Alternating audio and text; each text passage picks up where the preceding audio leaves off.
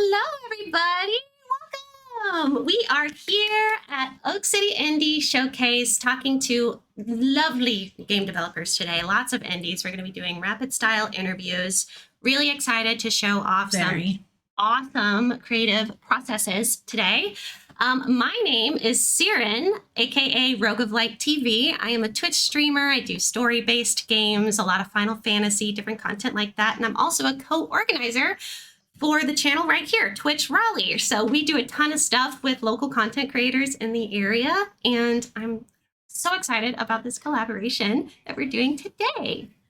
Fantastic. Well, I am Shiniferous. I am also a variety streamer on Twitch, do mental health space podcasts, as well as some NFL, fantasy football, and just general variety gaming. And I am so excited to be here. Yeah. Already talking to some of the devs behind the scene, getting to play some games. Absolutely. This is incredible. I am super excited. I love just the creative energy in this space. We're actually in a place called, we're in the Research Triangle, which if you're not familiar is a place in North Carolina. I didn't know what that was. Yes, we have a New Jersey transplant here. So I was educating her earlier on the Research Triangle. Is basically Raleigh, Durham, Chapel Hill. And there's just a ton of creative energy that we have going on in this area, a lot of development, a lot of medical as well in this area. And this building that we're in is in the Research Triangle Park, and they have a co-working space here called the Triangle Arts Collective, where they actually, they work together, like multiple different indie studios can kind of all be in like one building. That makes sense then from what I saw. It's like this big collaborative room. They're all engaging. Giant all whiteboard on the wall. Yeah, definitely like a good thought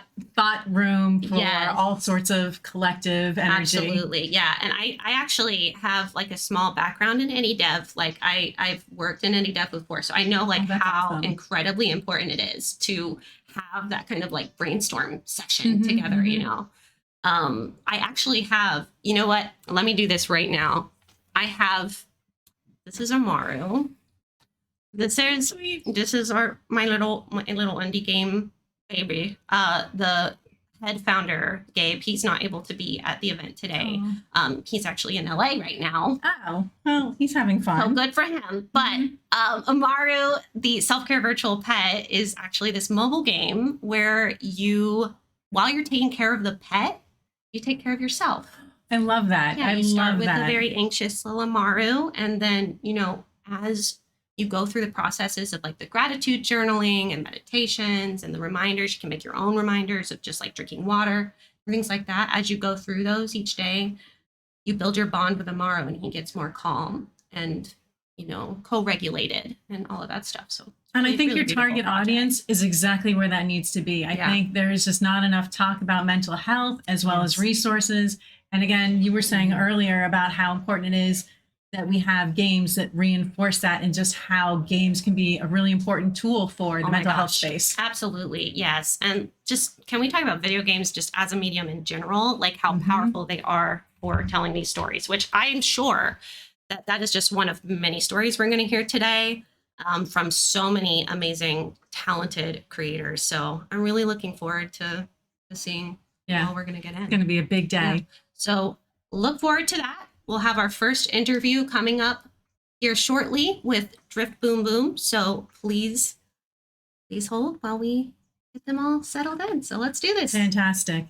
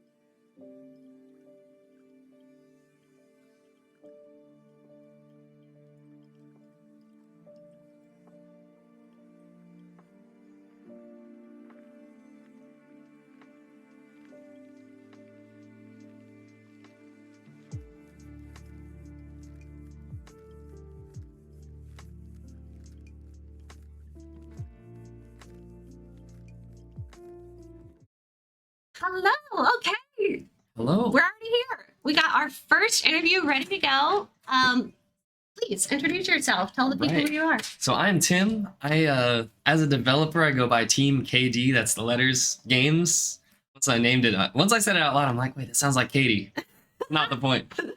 Team KD Games, making a game called Drift Boom Boom, Okay. and it's kind of exactly what it sounds like. Yeah. You drift, you blow up cars, they blow you up. Okay. Like, what else do you want out of a game? So the little challenge that we're going to do while you kind of give us a little bit more about this game is we're going to attempt to make a snowflake. Now, I will say my co-host is the only one that's tried to make one so far, and this is how we did. So we're going to be doing this together.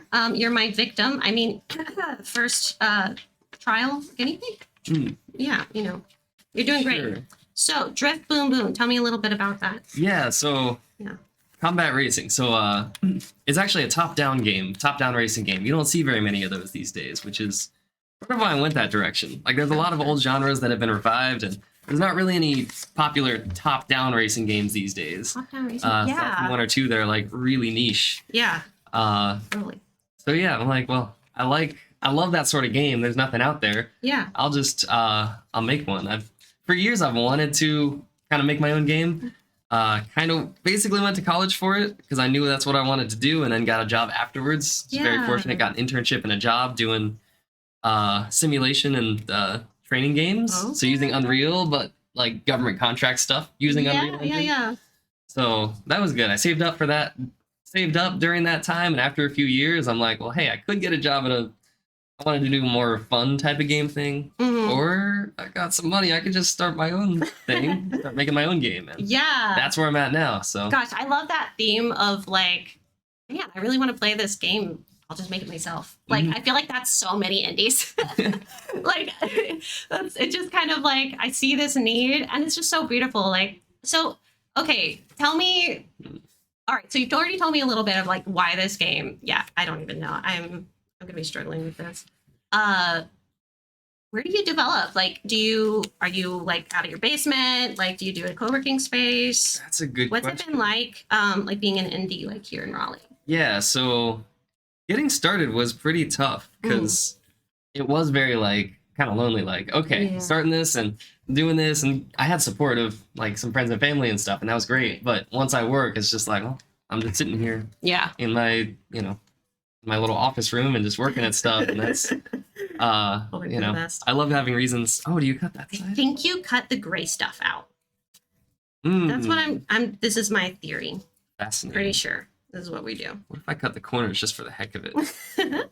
Hey, you do whatever you want. It's a creative pursuit. You're an indie dev, Yeah. So Now, being it was creative kind is of something I like about being indie. it was kind of lonely at first. Yeah, it's kind of the same being a content creator, honestly. Like, that's kind of why I like Stream Raleigh, is because like you get to know other people. That makes sense. Like, yeah, like that are doing the same thing you do. So how have you found? You all people are real, but I can't see your faces.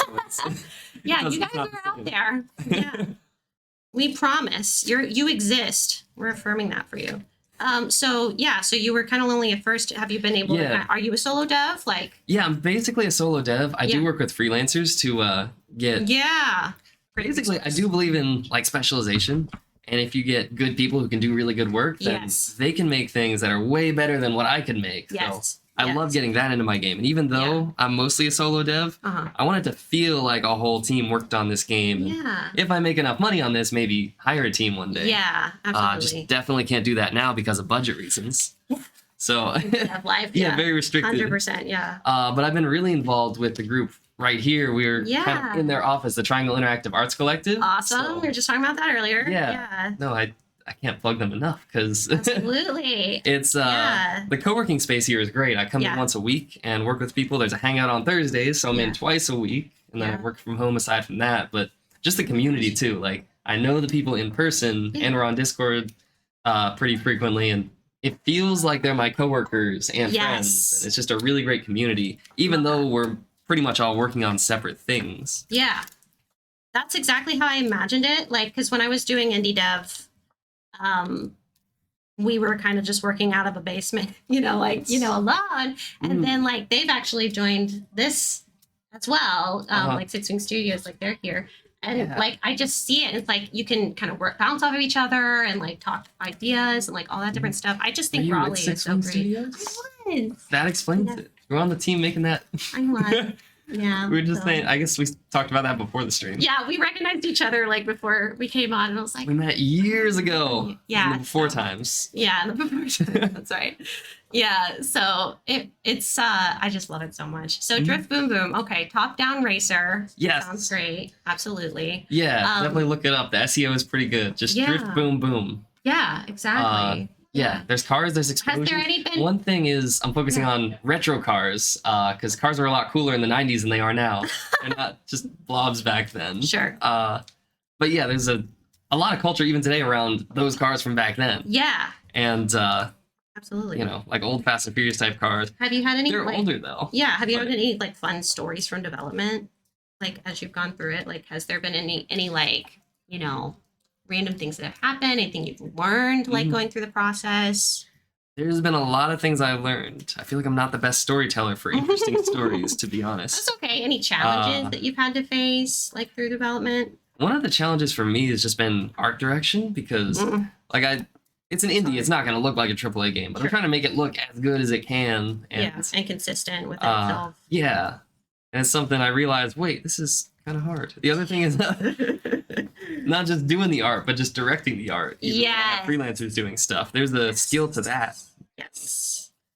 And trying to write a story. Like I can do stories for 10-minute games, but doing a story for like a multi-hour game Yeah. is a bit a lot harder. It's not like I'm trying to do a crazy fancy story or anything, but it's just I just love that the you scope. said that you have a story for a top-down racer. yes. That it's me engaged. So that's going to be already like a really fun, unique thing. It makes me think of like F-Zero had that just Mm. amazing storyline. Did you ever play F-Zero? I did not. Oh, so good. They had I like this wish I whole did. lore and canon and everything with that. I Mhm. loved the campaign. Was that from the F-Zero. classic F-Zero? Or The one I GameCube played one? the most was GX. Yeah, Okay, which was yeah. GameCube. Yeah. I got that from one of my friends once as a kid. I didn't actually have it myself. Yes, yes. Oh, I love that game. The game looks so good. Yeah, That's well, you can Sega. check it out because they have like, they have like a whole. So maybe you could get inspiration from the Definitely. from the lore in that game. I'd love to. Oh my goodness. Because, yeah, I've got Yeah. levels and then characters talk to each other in between. Yeah. And Oh my gosh. so yeah, there's progression. Oh, that's so good. Okay. I've so you also have got a- progression. challenge mode, which is Yeah. the story mode. You're going through different objectives. Uh-huh. Story challenge mode is you start with a little bit of money. You get some money by racing if you get a better position. And yeah, I gotta finish this snowflake quick. It's almost winter. Winter is And, coming. yeah. Yeah. Okay, so But yeah, different modes, and there's 4 players couch co-op for every mode. So even the Okay. story, you can do Okay, 4 couch players co-op. co-op.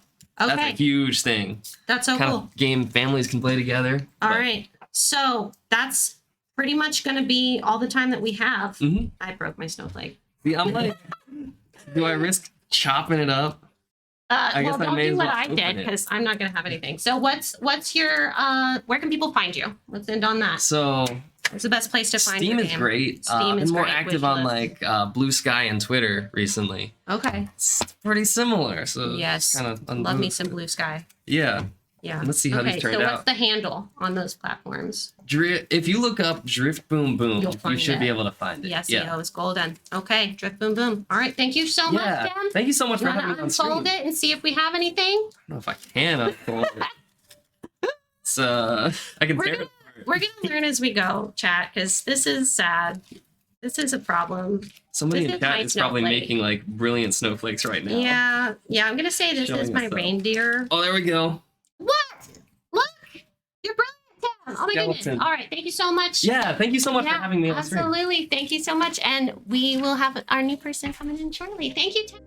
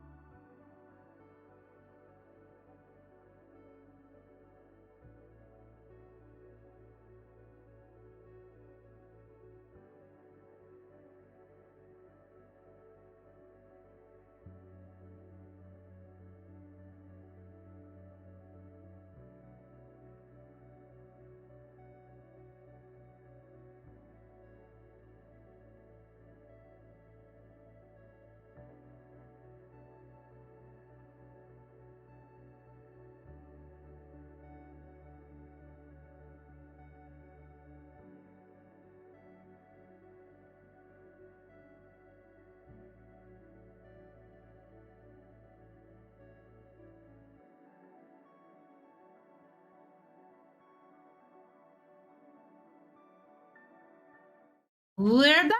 Hello. And we got our next fish to fry. I'm just kidding. I'm Sarah, if you missed my intro, aka Roguelike TV, a story-based streamer. And please tell us a little bit about yourself. I'm Eric Borchers, the founder of Deep Challenger VR, and we're making a VR horse game, VR horse simulator called Horse and Huff, and it's available right now. Horse and Huff. It's available right now. What platforms? MetaQuest Store for MetaQuest Quest Store. 2, 3, and 3S. Okay, let's go. So if you are watching this, it is currently live. So please tell me a little bit about this game. It's a horse simulator? Yeah. Wait, so you are a horse? No, you. Just thinking like that to me. Yeah, some people say that. Yeah. But you take care of the horse and you ride the horse. Oh. It's all about the horse experience. Oh my gosh. As a horse girl growing up, I love that so much. That's amazing. Yeah. Oh my goodness. Okay, so it's your POV like taking care of a horse. So Yeah. are you like on a ranch? Yeah. So there's 3 maps. There's a desert ranch with Okay. a barn where you can take care of the horse. Then there is a tropical cliffside where you can ride the horse. There's different zones. Like, oh my goodness, that sounds so fun. I'm gonna have to look at this because this sounds so fun. That's so cool. Why this game? Why did you make this? So I've been making VR games full time for 3 years, Okay. and was trying to find something that's not violent. There's Yeah. a lot of violent VR games. Oh my gosh, and, yes. Thank you for saying that. I'm like, yeah. why don't they just make chill experiences? Like, Yeah, so I looked at the market and I saw that there was no, in my opinion, good VR horse games. right. So I set out to change that 3 months ago. That's amazing. 3 months. Wait, It was did a you say quick- you made this game? Yes, in it 3 was made in months? 3 months. How big is the team? Is it just you? It's just me. And my wife helps market, but I did all the development myself. Incredible. That is so cool. So where did the magic happen? Like, did you work out of your house? Did you work here? I work at my house. Yeah. And about 2 months ago, I started coming here. Yeah. And this was really helpful for the play testing. 'Cause Yeah. Play testing is super important. Yes. Yes, absolutely. Like you did some playtesting here. Yeah. That's so cool. Okay, so they like kind of like it just serves so many purposes, like this space here. Like I just love everything like Triangle Arts Collective. Mhm. Like it's just so cool. And it's great for content creators too. Like they can use this space as well, like Right. this broadcast room. Okay, very, very cool. And so you kind of said like you wanted a more cozy game, but why horses? Like, was there any inspiration? Did you grow up with horses? No, I Or mean, just I've played was this something that a lot of games with horses. Like, yeah. they're in a lot of video games. Hmm. And I saw there are quite a few really popular horse games on PC and mobile. And then there's none really in Horse VR. girls. I actually started with the first thing I did was I prototyped riding the horse in VR. So I thought that could be cool to use your control. You control the reins with your hands in Western style riding. Yeah. So I did that. That was pretty fun. It took a lot of iterations Riding to a get horse right. in VR would be so cool. Mhm. Yeah. And then after that, I started working on taking care of the horse. Yes, a lot of horse care is really involving your hands, Yeah. and that translates super well to VR. Oh, okay. Yeah, that makes so much sense. Like you're brushing the horse, you're guiding the horse. Yeah, you get to so you can brush the Yeah. horse. You can so the horse starts off dirty when you load the game. It's covered Yeah. in dirt, Yeah. and so you can soap it up with a sponge, and it Okay. leaves soap bubbles, and then you can Yes. spray it down with a hose to remove the dirt. Oh my gosh, that's so cool. Do you get to like pick like what color horse is and stuff like that, or is it kind of like a default horse? Like, There is so you can't change its coat right now, uh-huh. but you can spray paint it with like 20 colors, That's amazing. Have you ever heard of putt putt? like golf. No. I'm sorry. Like putt putt, like Humongous Entertainment. It's like this little car that like No, I drives haven't. around, and like that's how you did it in that game. Like you would literally just send them in and just spray paint the whole thing. Yeah. Like a different color. That's so cute. I love that. Okay. You cool. can there's various accessories you can customize it with. Like Yeah. Yep. there's a Santa hat you can put on it. There's the earring. There's like I want to 5 put a different Santa types hat of earrings. on my horse. That sounds so fun. What's the name of the game again? Horse and Huff. Horse and Hoof. I can get over this. This is so cute. I love this so much. Thank Okay. you. And it's on MetaQuest. So that's where you would find it. It's VR. Oh my gosh. I love that so, so much. Like, okay. So were there any fun stories like from development or maybe some challenges that you faced? Anything like that? Like, The graphics was very challenging Yeah. because I think graphics are very important. To look good. right. You know, we tried easiest thing to start with was realistic, and I wasn't super happy with it. hmm So eventually, I've been actually working on trying to do toon style graphics, cartoon style, Okay. for the last 3 years, but I've never been successful in getting it to look how I want. I did have a major breakthrough about a month ago. I figured out how to get some toon shading, and Okay. all the objects have these inky black outlines, like it's kind of like a comic wow. book. That's so cool. I've seen some of that before. Like anything that was originally 2D is so Mhm. much harder to then render in 3D. Yeah, Like I remember like there was this anime style game that like they talked about how long it took to get the right shaders to like yeah, make it actually imitate the original art form. And in VR, I feel like that's like a whole another level because the player can see it from so many different angles. Like, yeah, but you're able to figure it out. yeah, and it feels This really is cool to brilliant. In be. 3 months, Yeah, by the way, you figured it out in 3 months. it was tough, but Yeah.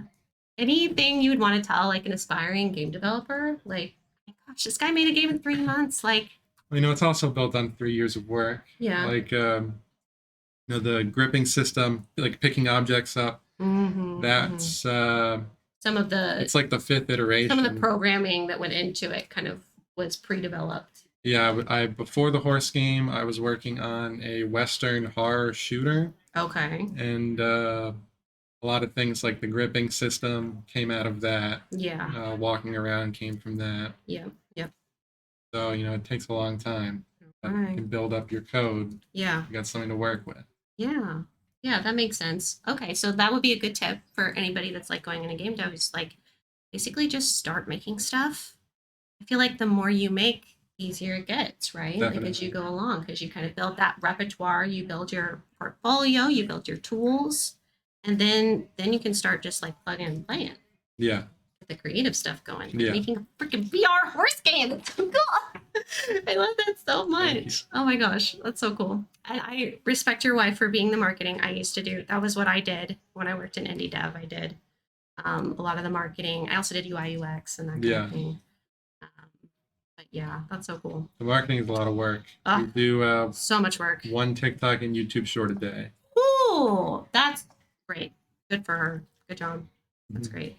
Yeah, you got to get the word out there. So and that's why I'm glad we're doing this event today because indies have a hard time getting the word out. So Difficult. yeah, absolutely. Anything else that you'd want to share, like about the project? Like anything else that you'd want to talk about? If you like horses, please check it out. You like? I think it's a horses, check it fun out. game. Yeah, that makes sense. Okay. Do you have any? Do you have any plans? So okay, so it's released. What was the release date? It came out 12 days ago. 12 days ago. Okay, Should- cool. 3 updates since. Okay, so there's already been 3 updates. Are you planning to continually update the game? Do you have anything in the works? Yeah, there's I'm gonna do a Christmas barn, Okay. and that'll come out Oh, by the end of the year. a Christmas party. That's so cool. I've already got the Christmas tree and all of that, and Stop, that's amazing. my mom really wants me to add a dog Uh-huh. that hangs out in the barn, so I'm gonna add the dog, Absolutely. and Can you pet the dog though? yes, Good. Okay. That's all we needed to know. It's very important.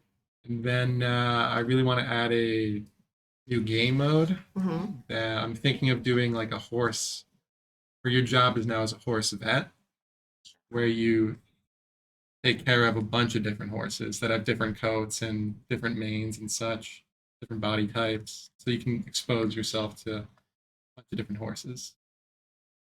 Love this game so much. My best friend in elementary school would be freaking out right now if she knew about this game. I'm gonna text her. You don't have to tell her. Yeah, out of nowhere. I'll be like, hey, go buy VR. She works on a horse ranch now because Yeah. that was her dream.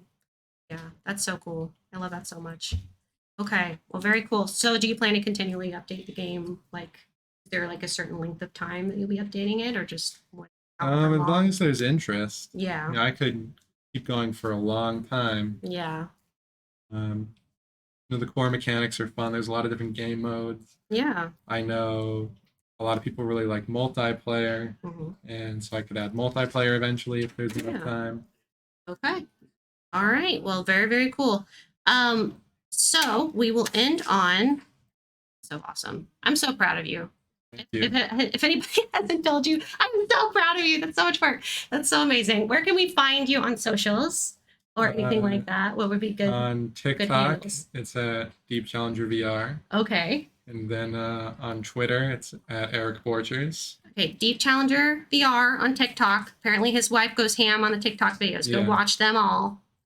And we're on YouTube as well. YouTube as well. Some people really like YouTube Shorts. Yeah, absolutely. Okay, sounds good. All right, so the game, again, is called Horse and Hoof. Yes. I love your little shirt. So cute. I can't get over this project. Thank you so much for being on with us today. Thank you, thank you. Again, my name is Sierra, and you can find me at twitch.tv/rogueoflight.tv. I am a story game content creator, and this is my buddy Eric, and he's making an amazing game. Make sure to check it out. It's out now. Horse and Hoof VR. Go look it up. MetaQuest. And we will be back with our next guest, as well as switching over to our next host, Shai. So thank you so much for being here. Thank Stick you. around.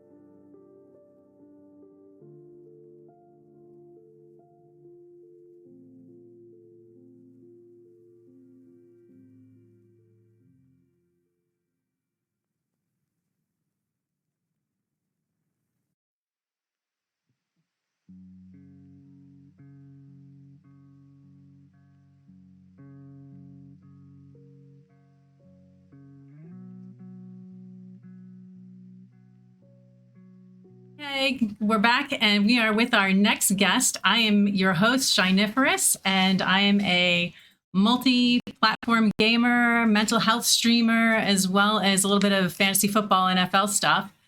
With me today, we have Dominic from Crowwares, and you've been here before. This is not a first-time gig for you, right? No, we were here last year. We had an absolute blast, and we're really happy to be back again this year. So thank you guys. Thanks for everybody to be here and let us hang out. We're excited to have you here. This is a great day. There's a lot of great energy going on. But since you've been here before, why don't you give us an update on what you were working on then, and then give us an update and sneak peek on what you're doing now. For sure. So last year we were in the middle of finishing our product. It's a D&D 5e supplement called Reign of the Sundered Idol. We finally finished that. We released it in October, and it is a 250 plus page full campaign setting, and we had an absolute blast finally finishing it. So we got that finished up since we were here last. And you said it's live? It is live. So where can I find it? So we have a couple different places where you can find it. All of our stuff on all of our socials is either Crowwares or Crowwares Gaming, but it specifically is on itch.io/Crowwares, or vice versa, I think is how they do their links. I apologize. No worries. Yeah, so that's where it is. And then we have a bunch of other stuff in the works, but the big thing that we're showcasing here today is we are developing a tabletop card game. Oh, fun. Okay, great. Tell me more. So the working name right now, and I think what we may end up sticking with, it's called Welcome to the Family. Oh, I love that. I absolutely love Welcome to the Family. That is awesome. You might not, but Uh-oh. the whole premise is you are a cult leader, and you are building up a group of followers who are here to follow you and what you're looking for. Okay, no lie, I kind of dig it. I'm digging this kind of premise. This appeals to me. It's a little dark and a little gritty, but you build up all these followers, and you're competing against your other cult leaders, as you will, and you are looking to go out with the biggest bang that you can. Oh my. Okay, well, I'm in. I'm definitely curious. I'm intrigued.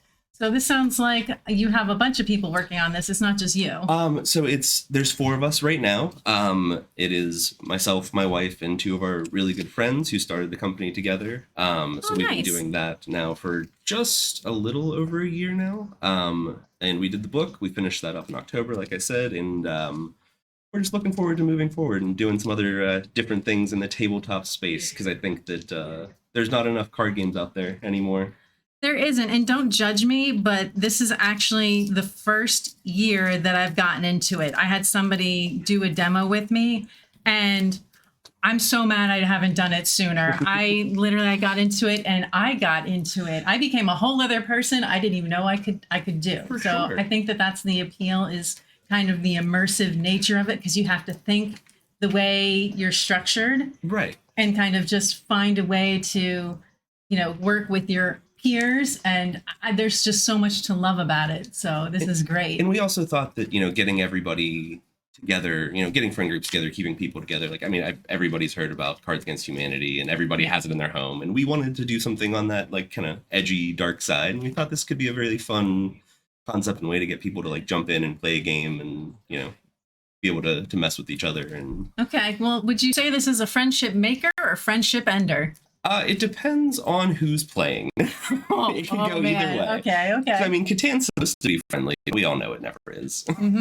So would you say that's one of the fun stories to come out of this game, was the subversion, or the ability to kind of out your friends or try and make it a little bit more friendly? What's the drive here? We really wanted to go with that dark, edgy side, but we don't want it to be too much or overwhelming. We still want it to be fun. So are you sure about that? Yeah, okay, for sure. Just checking. Everybody at the end of the day, we all have enough hardships and struggles that we have in our lives. Giving the dark edge, but still having fun and being able to play together and enjoy each other.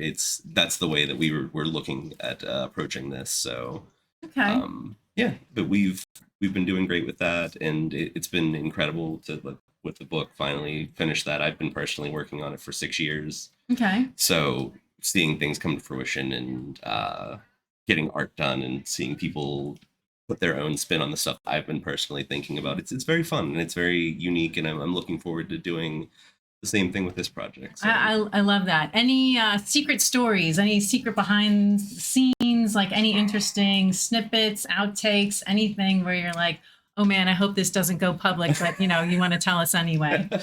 We've done a lot of talking. We sit there and go through meetings and always are like, we should do this or we should do that. And things have come a very, very long way, but we always have these crazy discussions that end up spiraling out of control. And we sit with artists and people and we're like, what about doing this? And some things like that have come out of it where like we'll talk to an artist and be like, this is what we're thinking about, and they're like, are you guys okay? Like, do you guys need us to call somebody? But do you need therapy? Like, we can help. We have resources for that. Okay. But really getting to explore who we are and the concepts and things that we have, and the overview of like, oh hey, this was the concept we had, and like seeing it all come to life has just been magical. Is really the only word that I can even remotely use. Magical. Okay, so you're telling me you got a lot of cooks in the kitchen, but it was a magical experience. There was no headbutting, like no conflict. I mean, so the nice thing is we've all been friends for a very long time. Okay. And we're always meant to argue and go back and forth, but as good friends will. You have to. What's the fun? Mm-hmm. But I'm very thankful that it never was a struggle. It was never a hardship. It was never a friend ending scenario. And that was something that I was definitely worried about going into it, because you do anything. It is a big project. You've got a lot of people. Yeah. Tensions can run high for sure. What do you wish more people knew about the game? So the big thing for me was, especially for D&D, is I've been playing for a very, very long time. Mm-hmm. Over 20 years now, which is really unfortunate and hurts to say. But say that. That just means your experience. Yes. You are seasoned. I like that word. That's a good word. But no, I think that I love D&D, and I've always enjoyed the creative exploration side of it personally. Okay. So I think that it's a great opportunity to sit down and say, hey, this is a part of me, and this is a personality trait that's maybe minimal or something that I don't exhibit a lot, and then turn it up to 50 and just really go for it. There you go. So I personally think that it's a really fun way to explore yourself and get to encounter more about who you or your friends can be, and like who you and your friends could be under a whole other, cult-like scenario. Yeah. Okay, I think there's some interesting outcomes to be had there. All right, well, let me ask you one more question. Absolutely. Any tips for aspiring devs? I don't know that I'm particularly the best person to ask yet. I hope to be at some point, but we've gotten to really explore this thus far, and we were very fortunate. We got to do a successful Kickstarter, which I know it's very hard. I didn't know you did a Kickstarter. Okay, maybe that came up last time, but I wasn't. Yeah, right. Yeah, that's fair. Okay. But so I think the best thing is setting expectations at a reasonable level to start, but also don't be scared to really just go for it. Like, I mean, we had no intentions. Much like everything else, right? Yeah, we had no intentions of doing this, and we were sitting down one day, and we started off playing just the campaign together as friends, and it was like, wow, this is pretty cool. Like, we should do something with this, and then here we are. Once you got into it, you were hooked, and that's all there was to it. A year and a half later, and we put out a whole book. We got a ton of art. It is a wild ride, and it's wonderful to be where we are. And like I said, I think that the best thing that I could say is just don't feel bad about going for it. Okay. Now, how did you get connected here? So at Indy City, like what's the connection? One of our friends, Bryles, okay, is obviously one of the people who runs and sets up the event, and this is actually I think our third time here, because we did it a few years back when they had it at another place. But we met her, and she was like, "Hey, do you guys want to do this?" And we're like, "Absolutely." This is a wonderful event, a great way for creators to experience each other and get smaller people some light of things, or other input that they may not get any other way. Okay. So, Before we get lost, how'd you do on your snowflake? I dropped mine on the floor, so I failed. I already get an F. It's a goose. No, I don't know if I can actually. You know what? unravel This is actually looking pretty good. This is probably one of the best ones I've seen so far. There it is. Hey, well, fantastic. GG's, nice job. Just so we know, how can people find you and get connected? So we are everywhere, either as Crowwares, Crowares, or Okay. Crowwares Gaming.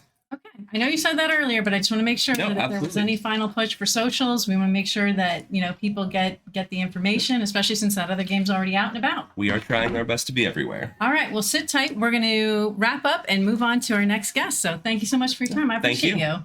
Have a great day.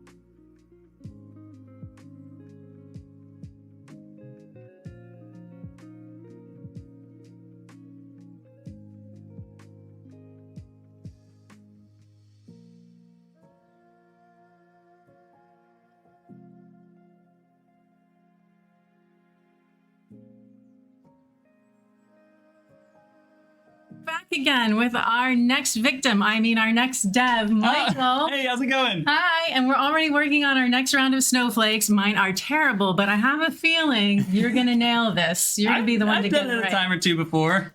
Yeah, I think he's our shark here for snowflakes. I'm excited about this.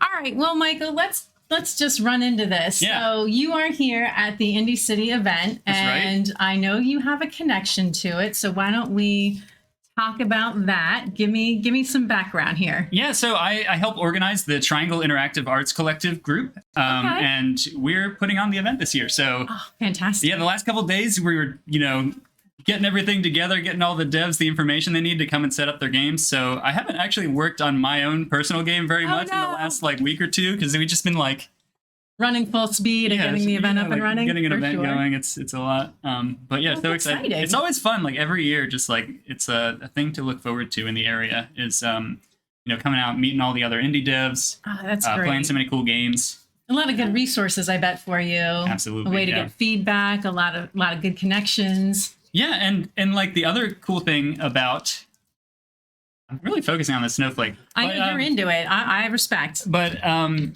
gonna try. cool thing, like, okay, we have this big showcase once a year, but we also do like once a month. We do like playtest nights. Fun.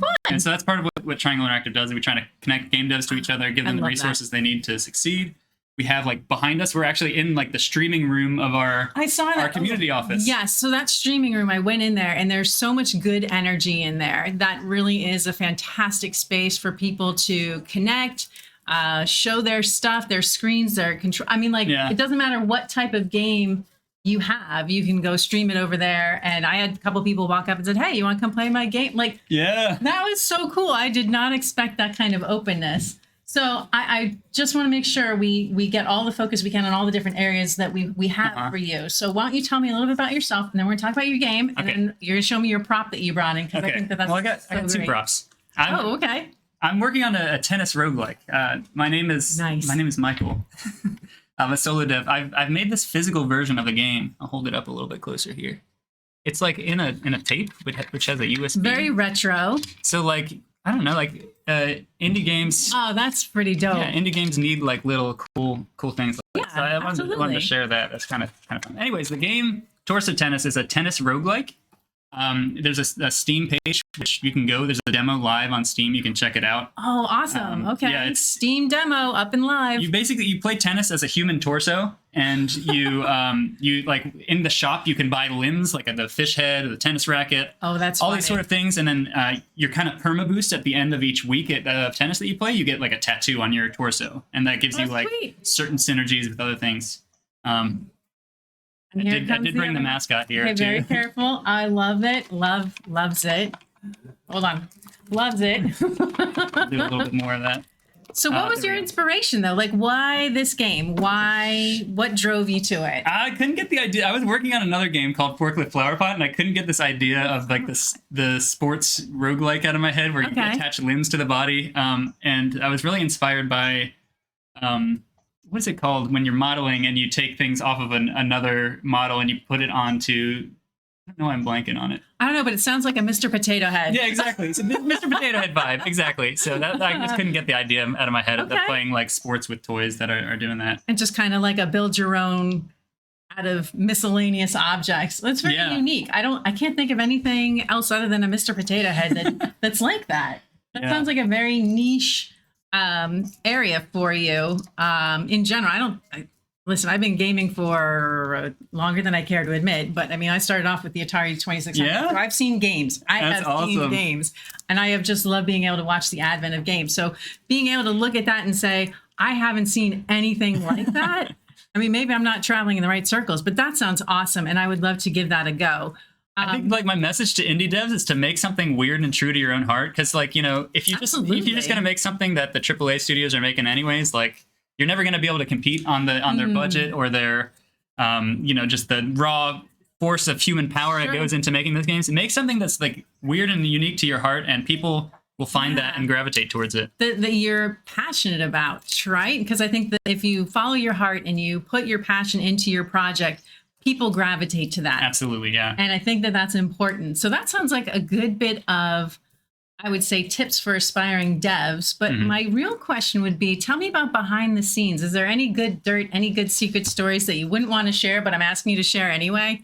I know I asked this question before, but I love the answers that get generated here. There's zero dirt. So this game, I've like streamed most of it live, like developing it. Oh, so that's great. yeah, basically every weekday morning, Too Much Tomato, I set like timers. So Okay. I invite the audience on the stream to like, hey, I'm about to set a 20-minute timer for doing work. Okay. What I do is then everyone writes in their task, and the overlay I program too. Oh, that's fun. So all of I like all of the development of this game has been done basically live on stream, Nice. and so so there's no secrets, unfortunately.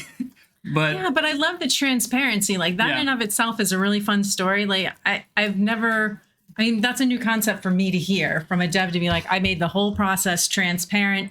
And I'm just curious, did you ever get any feedback from the people who were watching where you're like, oh, that's useful feedback. Good to know. yes, absolutely. So what was the most useful piece of feedback? Just ideas for stuff in the game. Okay.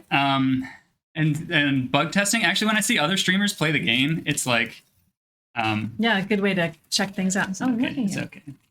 I didn't get the symmetry right, but we're it's always blended. good for bug testing. I have to talk a little bit more about the event here today, though. Oh, Is that okay? yeah. Okay. I know we have a limited amount of time, and I have so much I want to talk Listen, I'm here to make you shine. So what you want to talk about? about. Cool. Let's hear it. Yeah, so the Oak City Indie Games event is put on by Triangle Interactive. Okay. Like I said, we're a nonprofit in North Carolina where we support game developers and the appreciation of games as an art form. That's our whole mission. So we're a 501c3 nonprofit. We run the space that we're in right now is actually part of like our co-working office. We have like a little office for game devs. So if you're a game dev in North Carolina, you're watching this, you kind of want to be a part of a community, I definitely recommend. It's a really cool space. Yeah. It is. We have all the VR games set up in the room behind us too. Like, it's really good to be able to come in and get support. There's people that are working on their day jobs here during the day, and then after work, maybe we play some games together. We do some play testing. So we have that community office. I also wanted to thank some of the people that supported this event today. So Unity has sponsored the event, and they're going to help us out with actually having pay for a space in the office for someone to come in and kind of work alongside other game developers for the year. So that's really awesome. Thanks to Unity for that. Thanks to the Duke Game Development and Design Program, a new master's program. They sponsored this event. They really care about the indies in the area. And Wake Tech as well. The Wake Tech, I believe it's an associate's program in game development. So many really talented devs come out of that program. They've also sponsored the event. I love that. Mhm. And I couldn't say thank you enough for even just hosting it. I think this is a great platform for getting people exposure, for Yeah. helping them to kind of expand their resources. Yeah. The type of and quality of the other content developers, I think, helps the gaming community overall in the bigger picture. By making such talented people available, just have Yeah. that interaction. I think that's phenomenal. And kudos to y'all for putting on the event.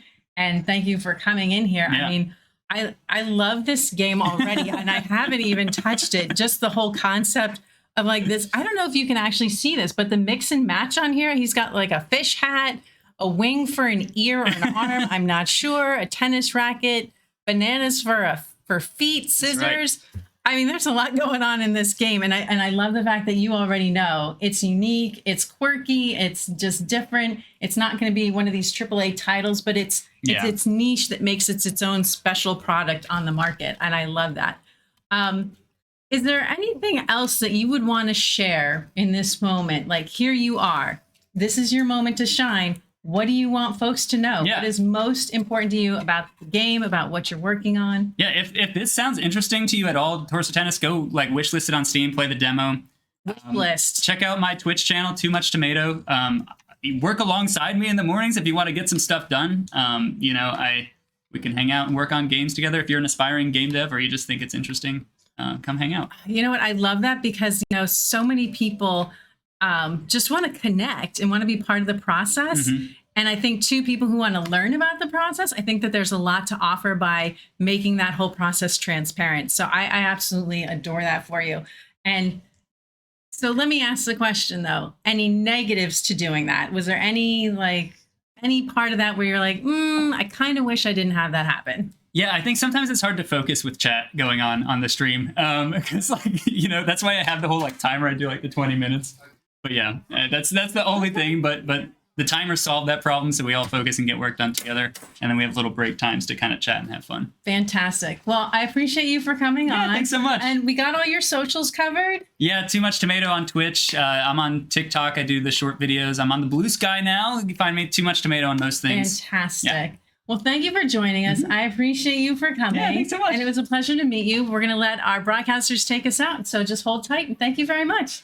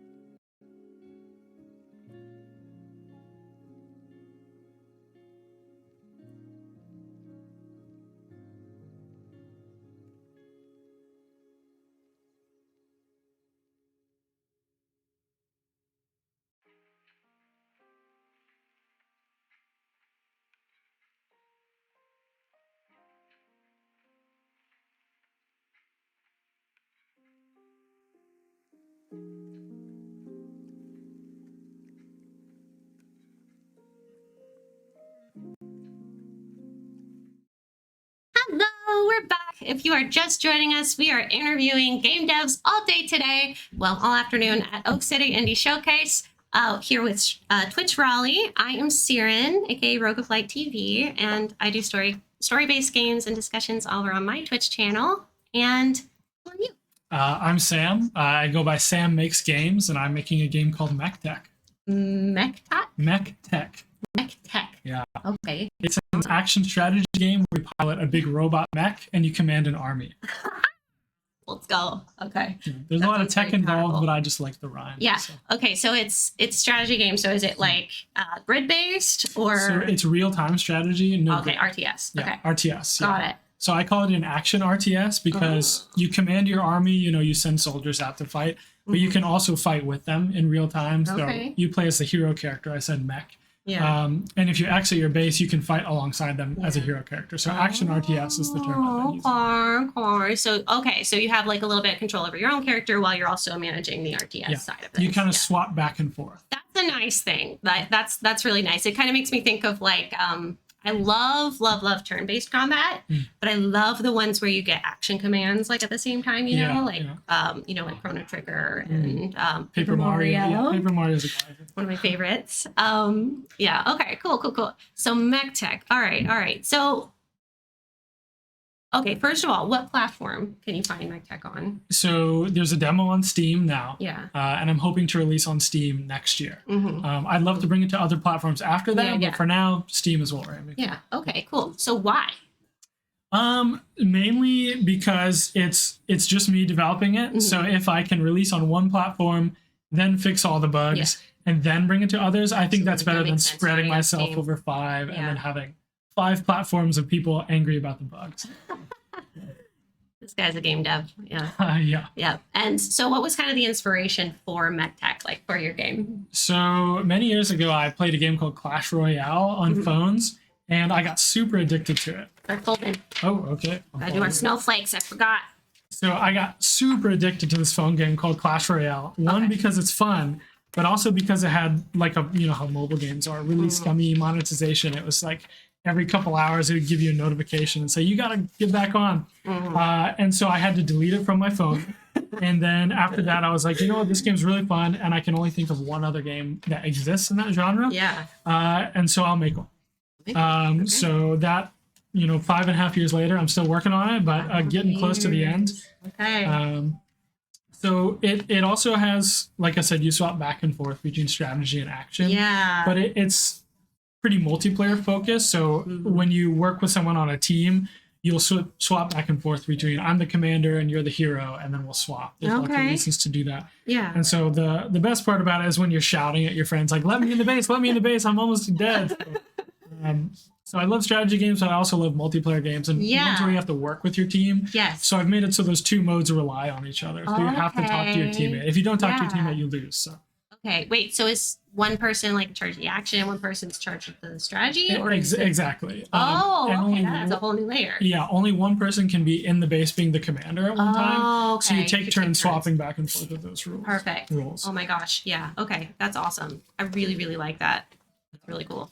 What's kind of like the setting? Like, is it kind of... So the setting is inspired by a Nintendo game called Advance Wars. It's just like a cartoony, colorful military.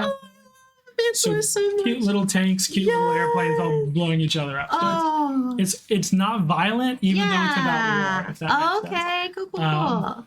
Yeah, so most of the story is just to facilitate the gameplay, but there is a 4-player co-op campaign where you have these 5 hero characters who are captured by the enemy, and your goal is to rescue them and push the enemy back. And so you'll fight the enemy as bosses because, spoiler alert, their robots are hacked by the enemy, and then when you defeat them, they join your party. And so most of the story is just those characters interacting. Yeah. Okay, that's awesome. Well, you ruined the whole story now. No? Yeah, turn it off.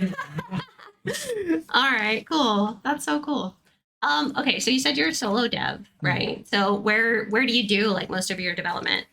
So for the first 2 years of the project, everything was me. But then I found out my pixel art was not getting better, and so I found 2 artists that I hired Love them to do the art. artists. So I don't do the pixel art anymore. My brother is a very talented musician, so asked him to make the music for me. Oh, cool. I have a friend that designed my logo. And so right now I'm just all design, all coding, all. Oh, that's great. What a relief. Yeah, because even that takes so much time. So having some of those other skill sets taken for me is great. Yes, absolutely. Like even if you have just a couple other people wearing just one hat. Oh yeah. It's such a big difference because there's so many little hats that go into game dev. So only so much room on my head. Yes, exactly. Okay, cool. This past week I was sitting on the floor of my bedroom with scissors cutting out kind of a cardboard TV topper for this event. I have like an animated, it has a motor in it, so it spins. So is there scissors here for me? Is this the one? Yeah, that one. I don't know where the other one is. Yeah, use them. Go for it. Okay. Now yours will be even more unique. So the dark sections you cut out, is that right? That's basically the idea. I'm not going to lie. I still haven't really figured it out. So. We'll get it done. Okay, awesome. So tell me a little bit about like what it was like getting ready for this event. So, like I said, I wanted a TV topper, so spent some time with some cardboard and glue and chewing gum and tape and all that. And then last night I was pushing out updates. So preparing for this, I've been coming to the events that TIAC has, so they have monthly playtests. So coming to those really helped me prepare for this because it's not my first rodeo. Absolutely. Here I tried to do a little more. I have pins, I have stickers, like little mini practice rounds. Yeah, exactly, which is great because I'm all in face. Love. These scissors are totally broken. Okay, good. Great. Here we go. Oh, sweet. I got you. Hand behind. Okay, cool. Yeah, I love the energy here. Like I just love how people can kind of just like inspire each other like when you go to like these events. Oh, totally. And just like keep the creative energy going. That's like so huge because I feel like the determination, like what would you say has kept you going like on this project? Like what do you use as kind of like your motivation to stick with it? Because I know that's something that a lot of aspiring game devs struggle with. Yeah, I mean, you just have to set like boundaries for it. Like there's sometimes where you work so much and you get burnt out. Yeah. And that's when you want to quit. So you have to take a step back. But I mean, if you're making something that like really interests you and you enjoy, I think you'll always be able to find that passion for it. I love that. I'm not making this because someone's telling me to. It's just it's fun to be creative, and this is a type of game I enjoy. Yeah. And there's not a game that exists exactly like it right now. So it's discovering something new. You have to find your why, I feel like. And you have to really like do some digging like within yourself, like with these kinds of projects is there's such huge endeavor. So you have to really believe in it. I feel like. So, like I find that like, the way you're describing like working together like with like someone else, like as you're playing, like all this stuff, like do you have memories of doing that kind of like playing with like certain people, like friends over the years? Yeah, I mean like back in the day, of course, local multiplayer was huge. Not much nowadays, but sitting next to your friend on the couch and being able to shout at him, that sort of thing. All those memories, there's so much of that. So emulate that. That's what I love. I do love like online gaming and online communities. Like, so what do you plan to do like as you go along? Oh my gosh, I totally butchered this. So first of all, when do you think the game will be released? Do you have like an idea? I'm aiming for next year. Okay, 2025. Yes. Yeah. So the game, it's basically done, but there's always more polish you can add. Yeah. So coming to these events, there's always something that a player will find confusing that I'll realize, I should teach that to the player. Right. Not everyone's gonna. How do you do your play testing? I come to these once a month. Yeah. I do have some friends that play from time to time, and I have, like I said, a demo on Steam, so people leave feedback there.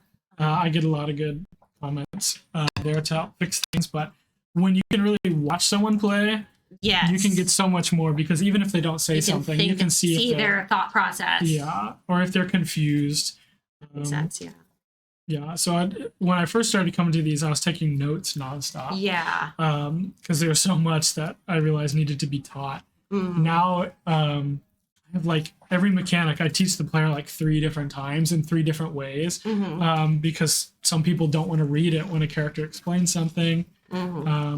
So yeah.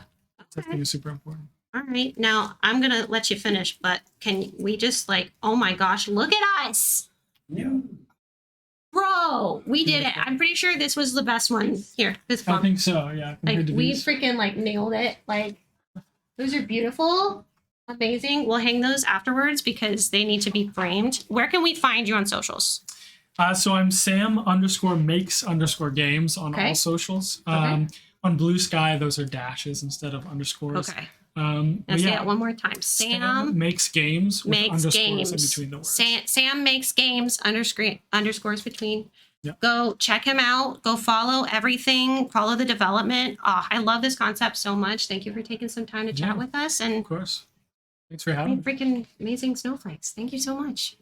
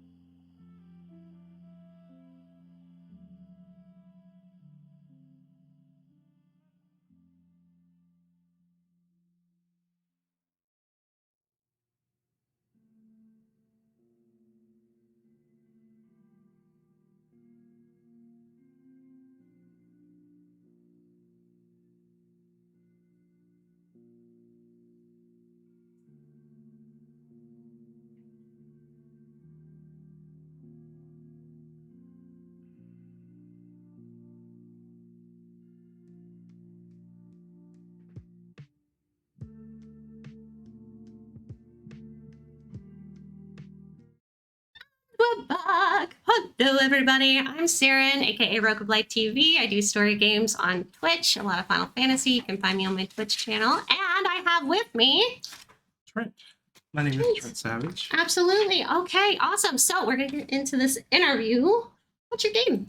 My What you game is making? Keaton's Adventure. Keaton's Adventure. Yeah, Cute. it's a pixel 2D platformer. Oh, I love those. Yeah. I'm almost sucker for those. That's Me awesome. too. Yeah. Yeah, I it's a lot of inspiration from a lot of Mario games. Is Yeah. what went into making it. So Oh, I love. I'm gonna start folding before I forget. Last time I didn't start folding until like 3 minutes in. Okay. So 2D platformer we got. Wait, did you say what kind of art? What's the art style? pixel Project. cartoon Pixel 2D. cartoon. Yeah. Cool. I actually do all the animations. You do all the animations. Yes. Cool. Okay, awesome. How big is your team? It's just me and my boyfriend. Oh, cool. Yeah. So what's your role and what's his role? So my role is I'm actually the sole developer and artist. Aw. My boyfriend is the one who I go to for like support. So if I need help with something and I try to like fix a bug or problem Yes. that I'm not sure what it is, sometimes it just helps. Yes. So Oh my gosh, that is the sweetest way of saying you're solo dad I've ever heard. That is so adorable, and I love you both already. Okay, so all right, you said Keaton's Adventure. Yes. Such a cute name. I just want to like learn more about it just from the name. Hmm. What is it about? Keaton's Adventure is about altruism and existentialism. Okay, It's a big topic that I'm trying to kind of let's go. Yeah. keep under wraps, but my gosh, we're I not love under that. wraps, but yeah, Yeah, intrigue. yeah. So Sure. it's about the cosmos and Yeah. the galaxy. So Yeah. in the world of Keaton's Adventure, all galaxies are sentient, and essentially you become an avatar of the galaxy who carries out its will, which is acts of altruism. So you're tasked to take care of its inhabitants Oh my and gosh, also collect these objects known as ultrastars. So that is so freaking cool. Have you ever heard of Final Fantasy 14? I've played it, and I was overwhelmed with the Oh my gosh, it's so giant. yeah. Don't worry about it. There's an expansion that has, without spoiling anything, one of the expansions explored some of those themes a little bit, like in space, like, different planets, different things like that. That is Yeah. fascinating. I love that take on it, like the Yeah. altruism of like it's your job. So you're almost kind of like a god, like going around, but it is a little Essentially. different. It's- Yeah. it's a little different, but more or less, yes. Yeah. Due to the abilities you're given in the game. Yeah, at least superhuman. Yes. Yeah. Yeah. So you're given typical superhuman abilities. So I like to call it you're a space superhero, basically. Okay. So you're Very going from planet to superhero. planet. And, Yeah. Almost like a Captain Marvel. Yeah. Yeah. Yeah. No, in a sense, Awesome. yeah. Yeah. Why this game? Yeah. What I- inspired it. I guess it's just my love for space. Space is so cool. Yes. It's so much stuff that As Wheatley says in Portal, space. right. I think it's such a huge topic to go into, and I really love the idea of existentialism itself. Yes. So Who Keaton's doesn't love a Adventure- good existentialist right? plot line? I Yes, know I do. I like I know that that. sounds sarcastic, but I mean it. I'm a fan of that. Yeah. I love existential crises. So. Yeah. Yeah. And it makes us think. And that's what I love about games Yeah. is I just think that games gives us the opportunity in a way. If you don't want it, it's okay. Yeah. It's all right. Games gives us an opportunity to kind of like step into someone else's shoes and like really see like that perspective, and it gets you so deep in a storyline in a way that other media really just doesn't quite do. So I love that you're tackling this kind of topic. I Yes. feel like you can go on a journey as the player, like through this Right, and that's a good story. point. Yeah, Is that because kind of what you're trying to do? yes, because I love stories like that. Yeah. And I feel like there needs to be more. And I guess this is my way of doing a bit more Yeah. and trying to, introduce more thought-provoking stories with a cartoony.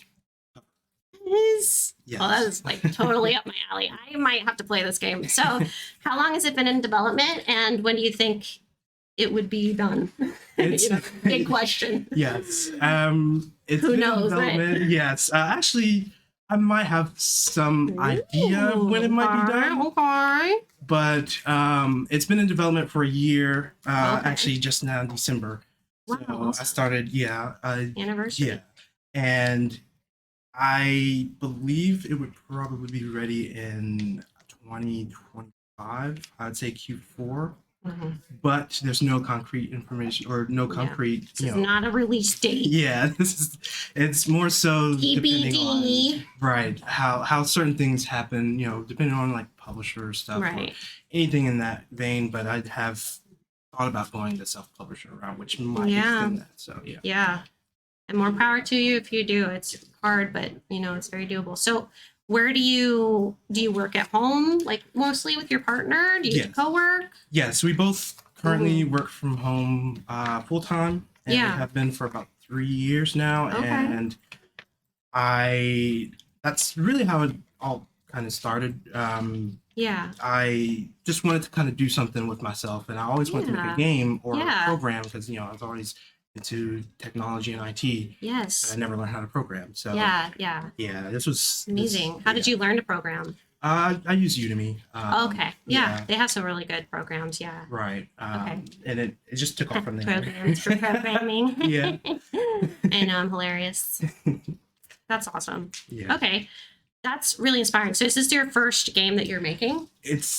Or have you worked on another project before, like a practice project, maybe? Yes, I have practice projects. It might be funny to say this is the second game I've worked on, but it's my major game. But it wasn't a game I intended it to create until after, I'd say, about a year ago. I've been developing for about 2 years.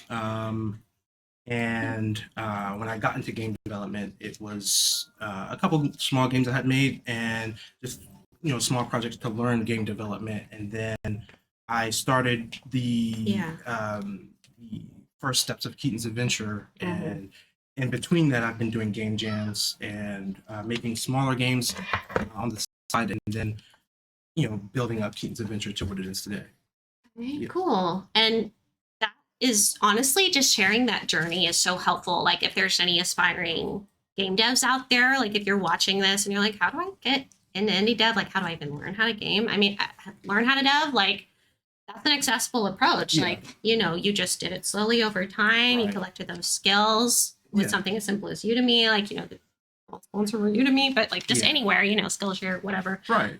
Or like for me, like I went to shout out to our local, game dev program here at Wake Tech, like in the Triangle. Wake Tech actually has a really good game development program, only takes 2 years. So you just kind of learn the skills and you just go for it. That is really commendable. Like being able to just have an idea and then pursue that idea, especially for any length of time.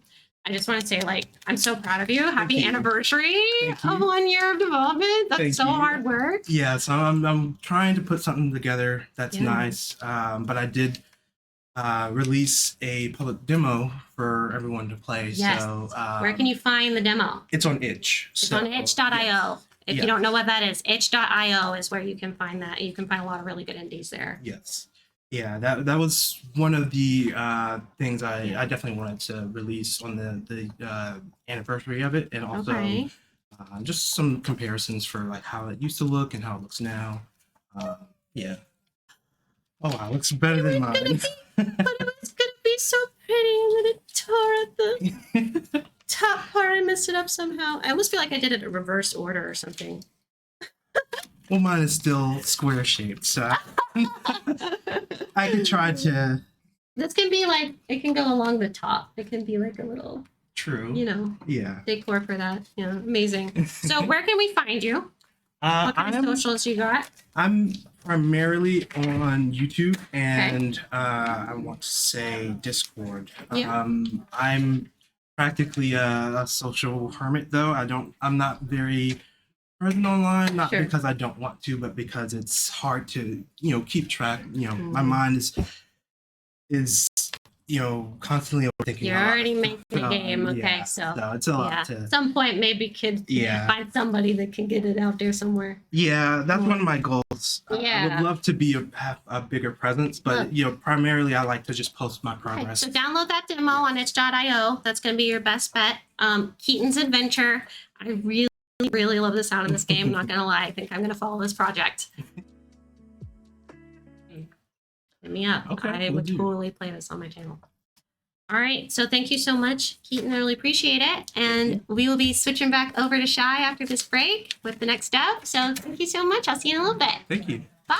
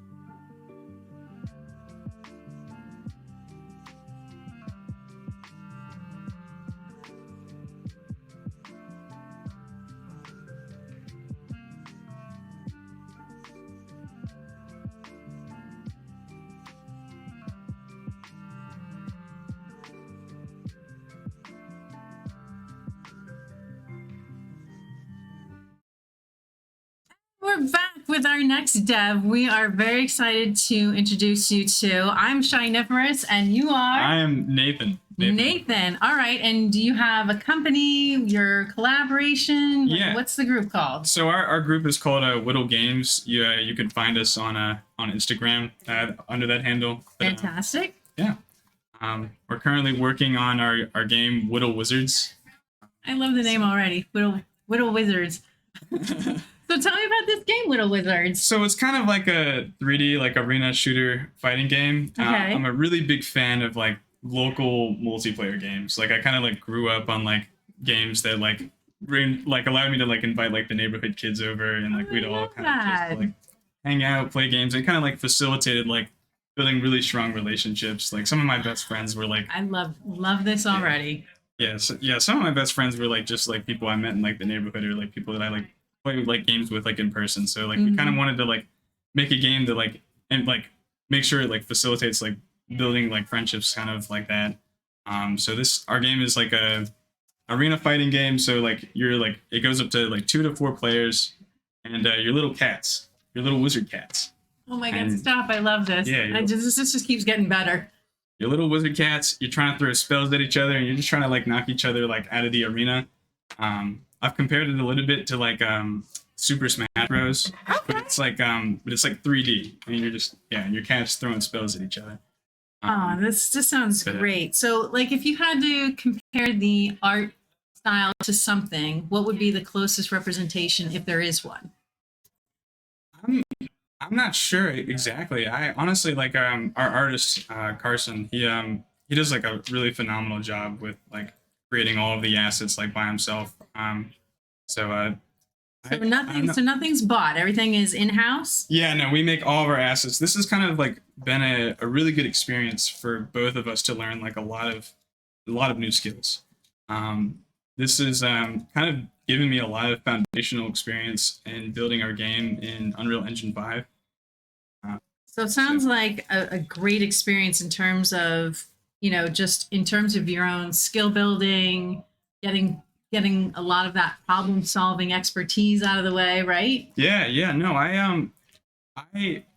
I felt very, very new, beginnerish to working on this game engine or working with this game engine before starting this project. So like this kind of allowed me to like try new things, make mistakes, start off kind of building like a very like dry and like bare bones version, and then like running into issues and being like, oh, I don't like how this is built. Let me like rebuild this and like make features that are like more extendable so I can like keep like making new and better iterations of our game.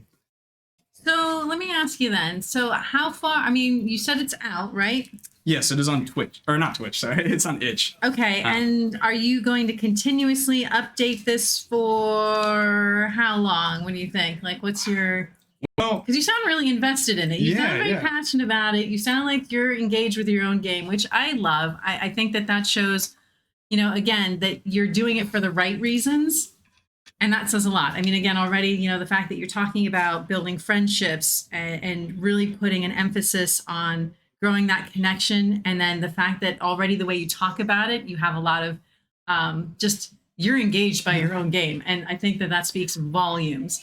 I just love to know that you're going to keep going with it and that it's not just out there and done, but you're out there and you're like, okay, I'm getting feedback and I want to add to it or... Yeah, I don't really know like where I would stop because it's just always so fun to like keep adding new things to it. Like every time I like show it off to someone new and someone will mention like an idea that like makes me like even more excited to like keep working on it. I'm like, oh yeah, that is a great idea. Like let's keep let's experiment with these new features. I love going to like events like these where I like dozens of people get to like play test my game and like they're all like so excited to like do something that like I've worked on and like created, and like I think that's made me like so appreciative to like try to be a part of like this industry or like being able to like make games. It like ignites this passion into like in me to like keep working on that and like pushing that as far as I can. So I mean, we're definitely aiming for a Steam release like of our game as well.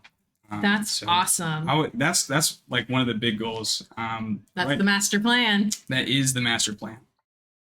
We have a lot. We kind of have a little bit of a roadmap. Like before we get there, we'd like to like add like new maps and like more variations to like our wizard cats and like new spells and stuff for people to experiment with.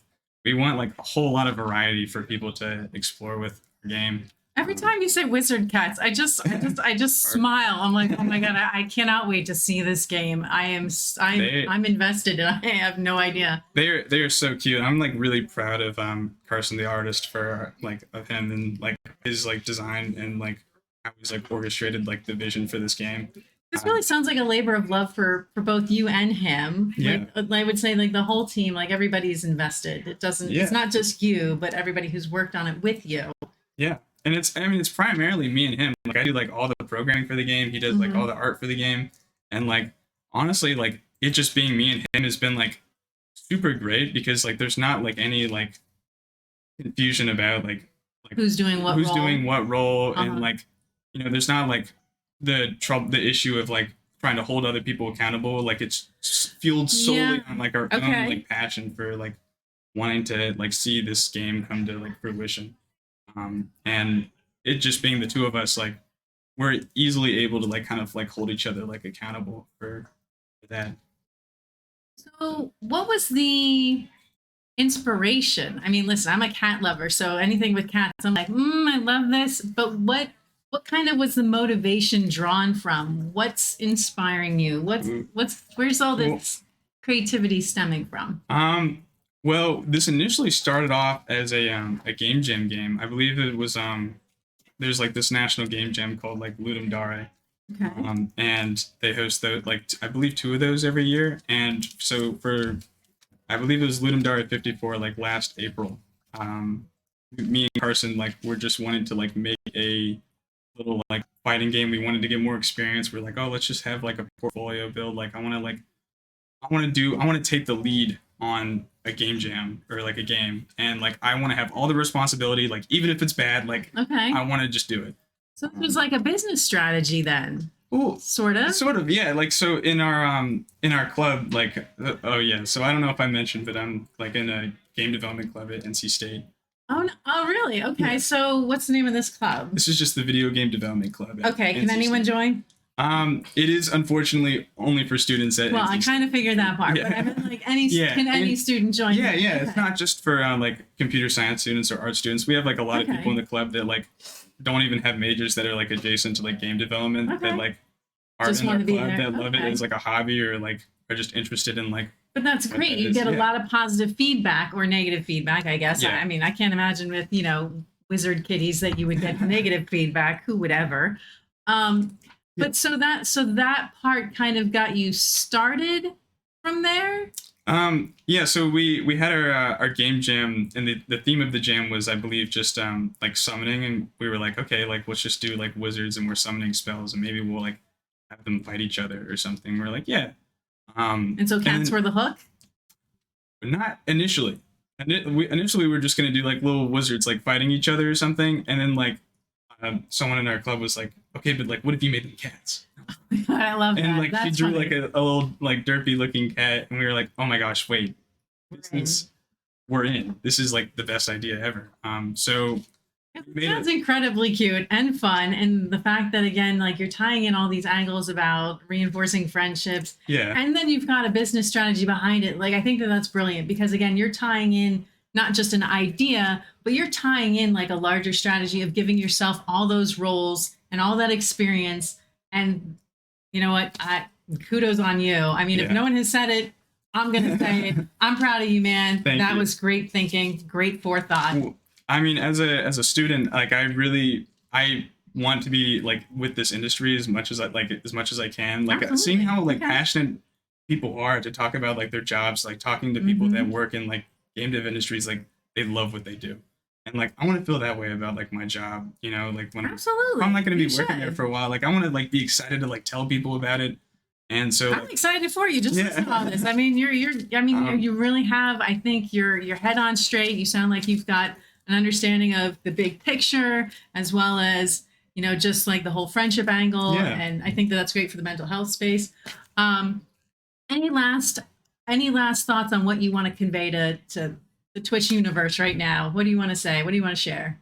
I guess like do what you love, you know, take a risk. Like I know, like especially like for me, like joining the game dev industry can like kind of be scary. It's super competitive, you know, and like you have to like really put yourself out there. You have to like, I mean, if I want to like get my game out, I got to do like talk to a lot of people, and like that could be nerve wracking sometimes. But like if you are passionate and you love it, like it's worth it. And Well, like, listen, I think you've got it together, man. So kudos on you. Where can the people find you? What's the best way to check your stuff out?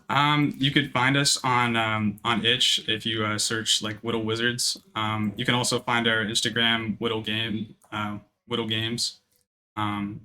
You just smile when you say a whittle. Whittle. It's so, Whittle Games, Whittle Wizards. It's fun to say. It rolls off the tongue really well.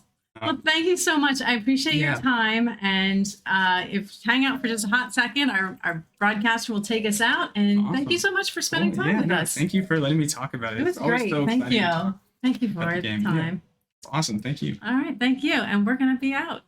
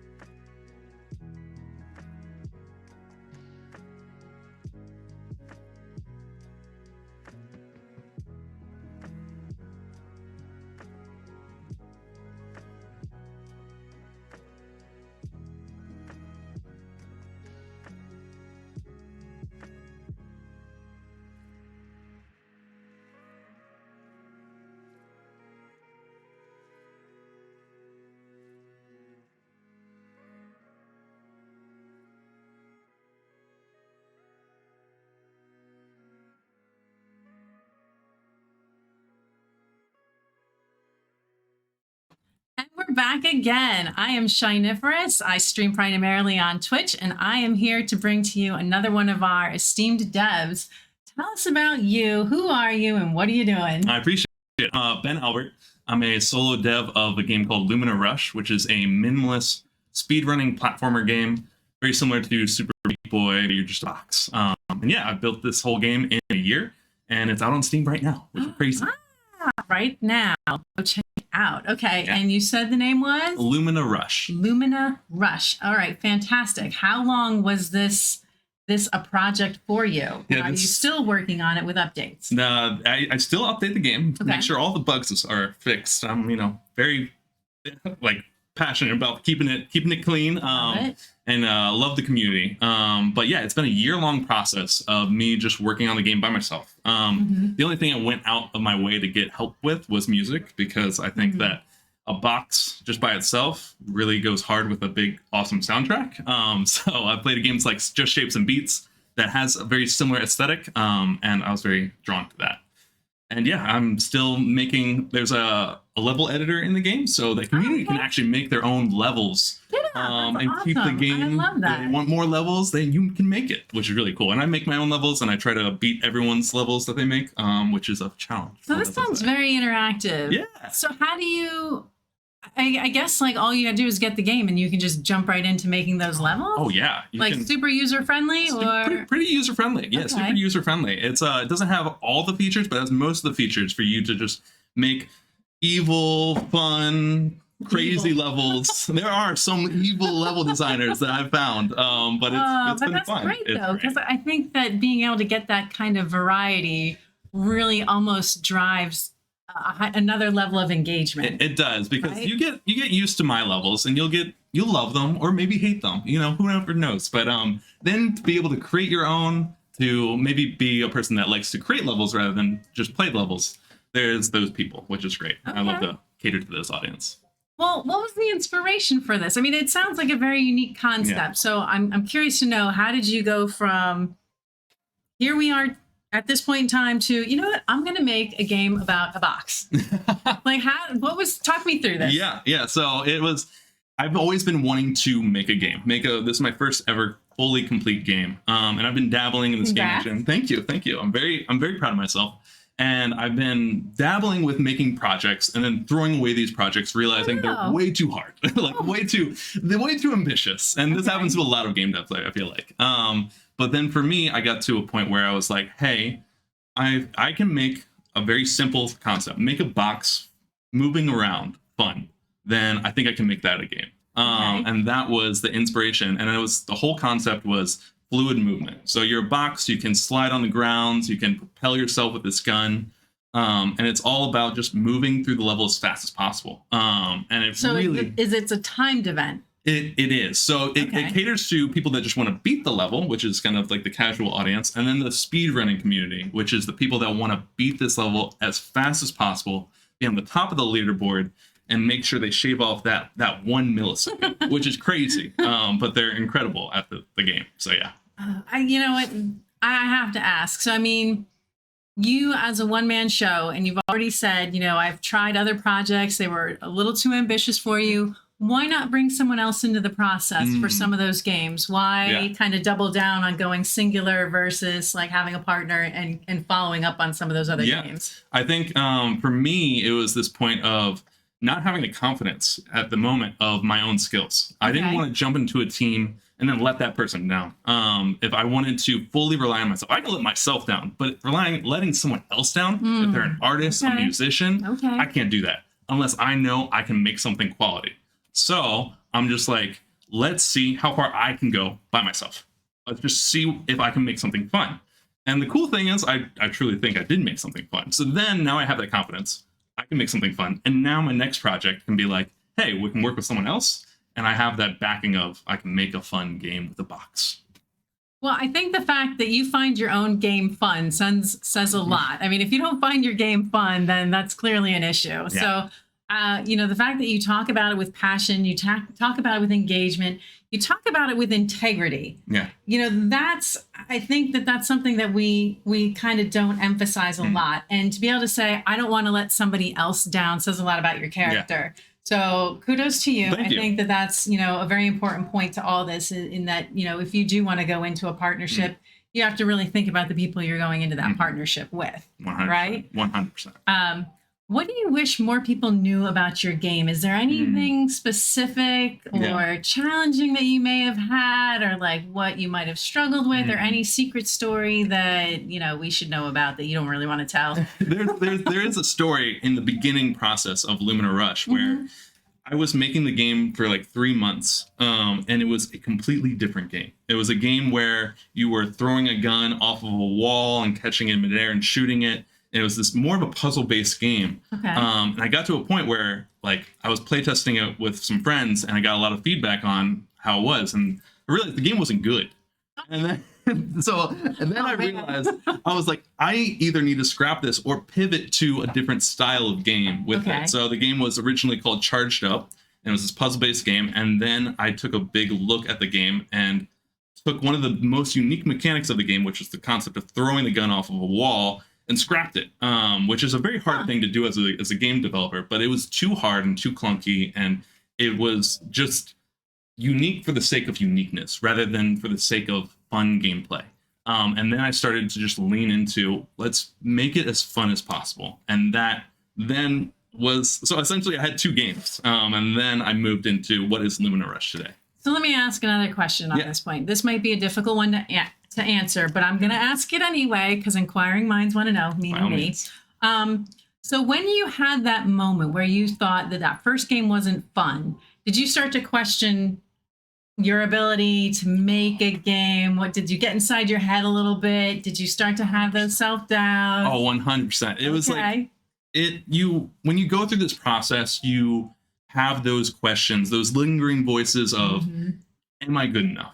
Am I good enough to do this? Because in my opinion, game devs were always these like mystical beings of like genius. Still are, definitely.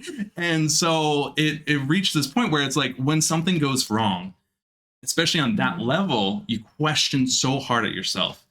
But if you can find like the things that people do say are good and hold on to that rather than put your identity into like the negative feedback, you can really like grow.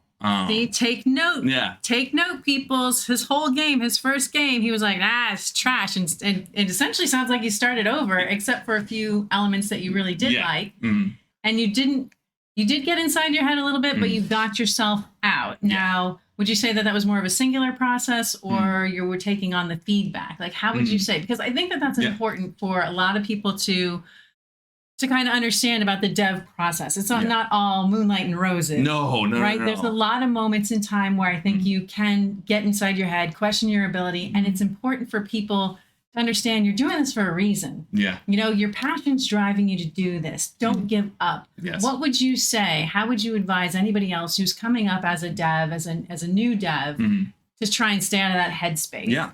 I think one of the biggest things that helped me was, it's like, look at the next step.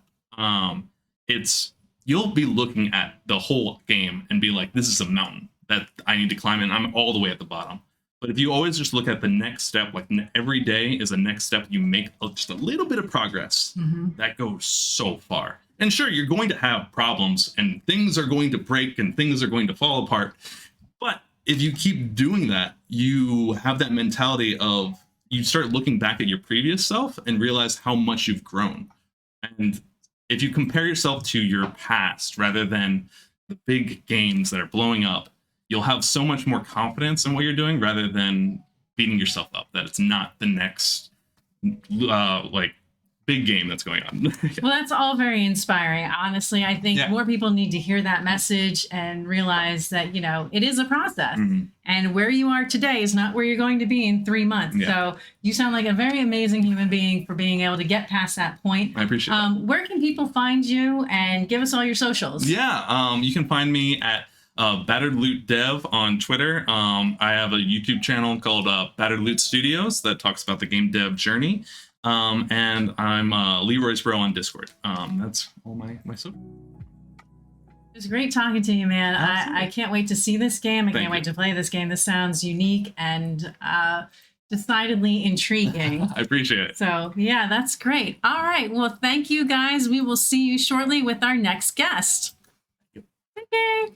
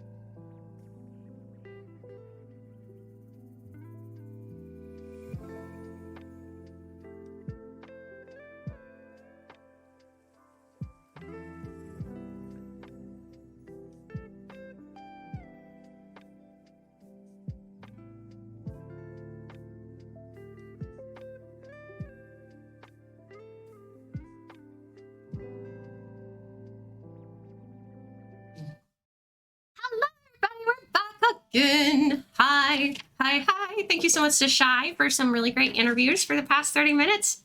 I'm Siren. If you're just chiming in, I am a Twitch streamer over at Rogue of Light TV. I do a lot of story-based games, stuff like that. You're welcome to go check out my content anytime. And I have with me here Denzel Lockfiend Weatherspoon. Nice to meet y'all. Nice to meet you. All right, you're here and you're ready to talk about your game. So what are you working on? I'm working on a project called Obsolete Souls, Episode 0, Operation Haiti.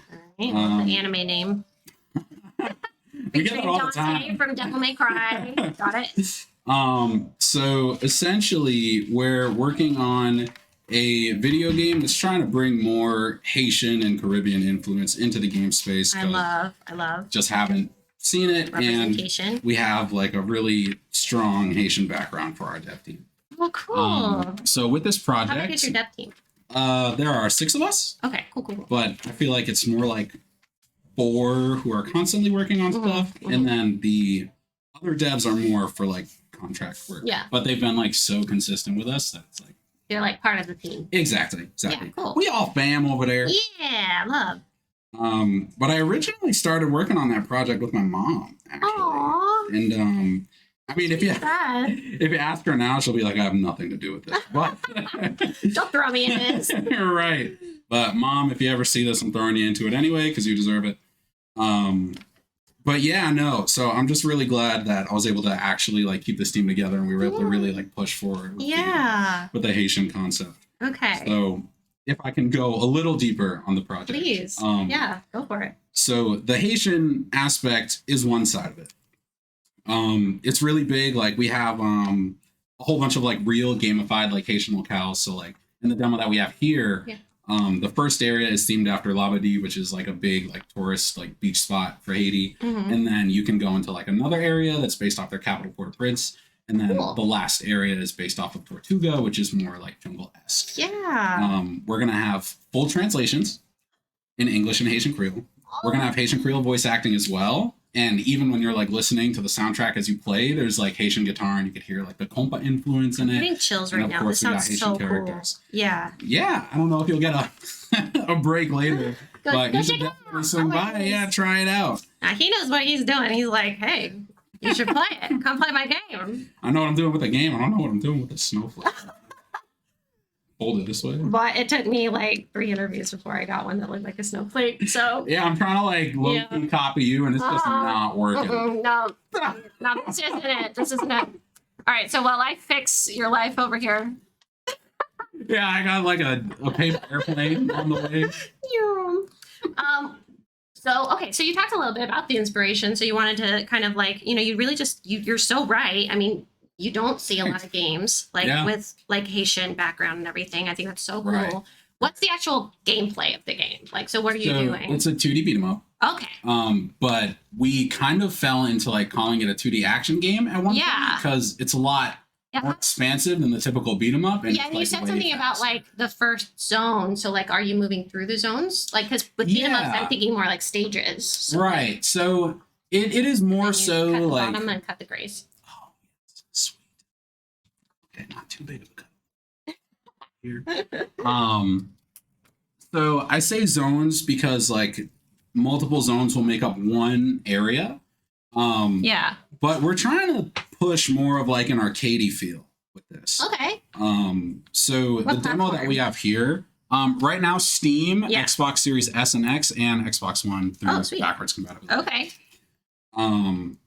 So yeah, like what we have right now, we have 3 areas that make up stage 1, and that's what's playable in the alpha here today. Okay. Okay. So essentially what you're trying to do is put together all the mechanics that you have to kind of like exploit the core gameplay loop to get a passing score so you could go on to the next area. Oh, yeah. So mechanically, what we're trying to do, because I mentioned free range before, you have a set of normals where you have your standard jab strings. I cannot cut this. You have your standard jab strings, you have a launcher attack, and you have a heavy attack. And then when you're in the air, your launcher attack turns into a dive attack, and your heavy attack turns into what's called a pogo. Love. And you can use your pogo to kind of pop you and enemies higher into the air, so you can continue with exactly your aerial strings. Using your normals fills up what's called a rush meter, and then you can use your rush meter to perform rush attacks, which fills your Gamia meter, which is for like giant super moves and whatnot. Yeah, so that leads me into, are there like unique characters that you choose from? Oh yeah. I love me some unique characters. So some cool personalities and stuff. So do they have like themed moves? Yeah, so they're pretty different. We have 3 characters you can choose from. I think she's on my shirt under this. But we have our main character, Eartha. Ooh, she's like green. God, she's badass. What? But yeah, I wish I could show something more with her design. Yeah. But she's like our novice character. She has like larger hitboxes. Yeah. She's like pretty average in speed and power, so we obviously based like the other characters around her starting set. Then we have Justice, who's more intermediate. Okay. He's slower, but he's way stronger, and he has a lot of health. But because he's slower, he can't chain together as many different attacks unless you get like real creative with it. I got the strategy going on. Titania is our advanced character because she has super low health. She has really tiny hitboxes, and she kind of has a large hurt box. But she's super, super quick. So you can definitely do a lot of things with Titania. You can't. See, that's who I would want to play. That's who I would want to play. It would be hard, but I would want to do it because I love me like the like really, really fast characters in games. Like, and my channel is Rogue of Light TV, so I'm always doing like Rogue decks, like that kind of stuff. So. Okay. All right, cool. I love. So if we want to follow this project, where do we find you? Dental Cake. Dental cake. Dental cake. Dental. Like funnel. Like fennel. DENNEL. Yes. Dental cake. Is that your handle everywhere? Yeah. You can find us on Blue Sky, Twitter, IG, Facebook. Love. Yeah. Dental cake. Yeah. Easy. And the name Obsolete Souls Episode 0 Operation Haiti. Oh yeah. Badass name. Awesome developer. And when do you expect this game to be ready to go? Do you have any sort of expectation? TBD. But if everything goes well. Yeah. No, I'm not even going to say that. No announcement today. We're holding it. Follow us. Follow them everywhere. And you will definitely catch the announcement. Wishlist on Steam. Available to wishlist on Steam. Awesome. Yes. Operation Obsolete Souls Episode 0 Operation Haiti. Anime. Awesome. Anime. Featuring Dante from Double May Cry. Thank you so much. Oh, look at our snowflakes. See, you know what? That's pretty good. He got the top half. Thank you.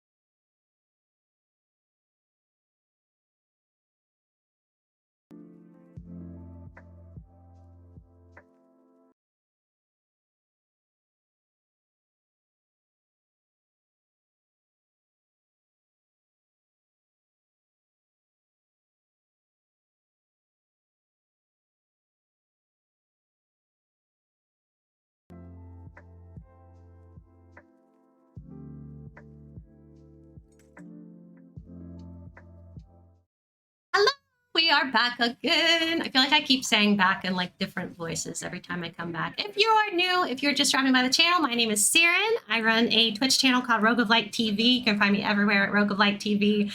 And I am here with my lovely guest, Armin Prosciutti. Okay. Yeah. All right, Armin, nice to have you. Thank Welcome. You. So we are going to be challenging these snowflakes while you tell me about your game. So what are you making? It's a multiplayer pixel art game called Death by Dodgeball. It's basically a fun spin on typical traditional dodgeball, except the balls blow up and a lot of funny things kind of happen from there. Okay, it sounds a lot more scary than it really is. Is it kind of like a party game? Yeah, exactly. Okay, like a local multiplayer supports up to 4 people. Yes, memes. Yeah. Meme fuel. Yeah, it's definitely fuel for the memes. Okay.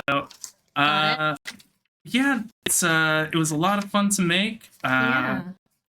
Is it done or is it still in development? It's still a little in development. Yeah. There are a few things I'd like to get done before it goes up to Steam and everything like that. Right. But it was just a really fun game to make. Like a lot of the projects I've done are, a little bit more on the technical side. And this one was just fun. Honest to God, like it all started with my fiance. We were talking about something like Death by Chocolate or something like that. Yeah. And I was trying to think of like a new project for the portfolio. Yeah. So just one of us was just like Death by Dodgeball, and then from literally that name, everything else just started kind of spinning. And it ended up being a very, very fun project to make. Yeah, awesome. Yeah. How big is your team? It's just me. That's you. Yeah. Great, solo dev. We Solo got a lot of solo devs today. And my background is all self-taught, so picking up Unity about 6 years ago, and we I'm love a company man. Yes. Aspiring game devs, listen, you just gotta go for it. Go for it. We've had a lot of those today. I love that so much. Yeah. You are solo dev. Do you work out of your home, or do you come here to co-work? Depends how much sleep I got the next day, but or the night before. But I try to get into the office space, and I feel like for me, creatively, if I'm sitting home all day, it just kind of makes things a little stagnant. So I try to get out as much as I possibly could. For those of you that might have missed the explanation earlier, we're in the Research Triangle of North Carolina, so Raleigh, Durham, Chapel Hill, and there's this really great park out here that has a co-working space that has this group called Triangle Arts Collective. And they actually create this super cool space. It's like right behind us, is what I'm pointing. Like this cool space where there's like these desks in one room where you can kind of like, even if you're not working on the same game, you can kind of like co-work with each other. And can you tell me a little bit about what it's like to like work out of here? It has honestly been all the difference. Like I'm from Pennsylvania originally. Me and my fiance, we moved down here about 3-ish years, a little under 3 years ago, and then I went to Oak City for the first time 2 years before that. The event today. Yeah, exactly. So that's where I ended up running into Michael and found out about our collective Michael's and everything. So great. Yeah, he's the guy that runs Triangle Arts Collective. And they have been the most supportive community that I could have asked for. I mean, that's it's all, a lot of it is, what you know and like how well you develop and everything. But it also matters, like, who just like comparing you're around. notes. Exactly. And getting the energy too. Like I have ADHD, so like the body doubling aspect of it, like is so nice. Like being around other people working on stuff. How do you kind of get that inspiration to continue on this project? Because I know sometimes it can be hard for me to like commit to something and like get all the way through it. Like, what do you love about working on this project that kind of keeps you? For this one in particular, I feel like when I showed it at Oak City last year, and there were a lot of problems with the UI in particular, and it was just, just the gameplay was good, but it wasn't really well built. So I think this time it was really cool just to see how far it came and how user friendly it is now. Awesome. And that was the biggest motivator. I kind of wanted to redeem the project from last year. Okay. Yeah, honestly, such a good motivator. Really, like, and that's just like, I think a lesson to be taken away from the fact that like, just try, because even if you fail, you can then convert it into like something that can then be used as like fuel for that next thing. Absolutely. And that. Like fail, like with game dev, I feel like that's one of the common things is like we all fail at some point, like whether it be an idea that didn't come through, or maybe you missed the job interview, something like that. So it's definitely one of the pillars of game dev. I think is just being able to take the bad with the good. Yeah, absolutely. Learn those lessons. Exactly. Yeah, I love that so much. How long have you been working on the game? This one I did it for 3 months last year, and then about a month and a half this year. And it was kind of cool because, like, if you stay consistent with, your development cycles and everything like that, it makes it easier for times like this. Like, what I did in a month and a half probably would have took me, 4 to 6 months last year. You're learning on top of it. Yeah, we were just talking about that in another interview, how it's like, the more you do it, the easier it'll get as you go. Yeah. And like that was the big thing this past year was I really wanted to, like, I treated it like a 9-to-5 job, just, getting once you get into the habit of, all right, every weekday I develop and, kind of set your schedule there. Yeah. It just makes it easier to just naturally learn at that point because you're just and mentally, like you're prepared to do something. You're that treating day. it as that work, yeah. How were you able to get to the point where you could kind of treat it as your 9 to 5? A lot of night shifts. I actually just ended up getting my first contract, but yeah. Before that, it was a lot of night shifts at the restaurant, serving. Been there. Yeah, so it was basically I would work all day and then go work. Go to work. Yeah, it was it's definitely not for the faint of heart, but it will bump up your skill passion projects for you, without a doubt. I love that. That's a good way to do it. Is like in my case, I do my passion project job at night, and then like I'm a mom during the day. Okay. But like, and I find a lot of game devs, like sometimes they'll work really late at night and then have some sort of day job. I like the inverse. Right. Like that's really nice because then you really can put all your energy into what you actually care about, and then like go somewhere like at night to work like a job, like right. You can make the money. That I like that. Might not have helped too much on the tips being trained out, but that's fair. We found a way to make it work. Totally fair. And that's the biggest thing is like there's a lot of us, so yeah. If you really want to kind of make a splash, it's one of those things where dedication will kind of show through. Yeah, absolutely. The players can tell. Exactly. If you put the love into the game. So why this party game? Why Death by Dodgeball? I have a lot of friends back home that I don't get to see too often. Yeah. So my hope is that this ends up being fun. Yeah, like a network kind of game where we could all kind of get on and play together. Yeah. Is it going to be like online co-op then? I would or local co-op right now. Right now it's local, but now that the local structure is there, it'll make it a lot easier to go in when I decide to do the network side of it. Yeah. Because that scaffolding is already there, so basically putting all that network code on top of it. I could see this being such a fun game to play as a Twitch streamer. Like, it's like a collab or something. Like, you're like, like a good like community night game too. Like, where you can just go like beat the heck out of each other. I had a couple funny interactions so far. So it's definitely built for streaming. I think. Making that content. Yeah, exactly. But it's just been honestly wild today. Just normally, like things go wrong and everything like that. But today it's just been one of those good days. So like, I'm just sitting back, just watching people play.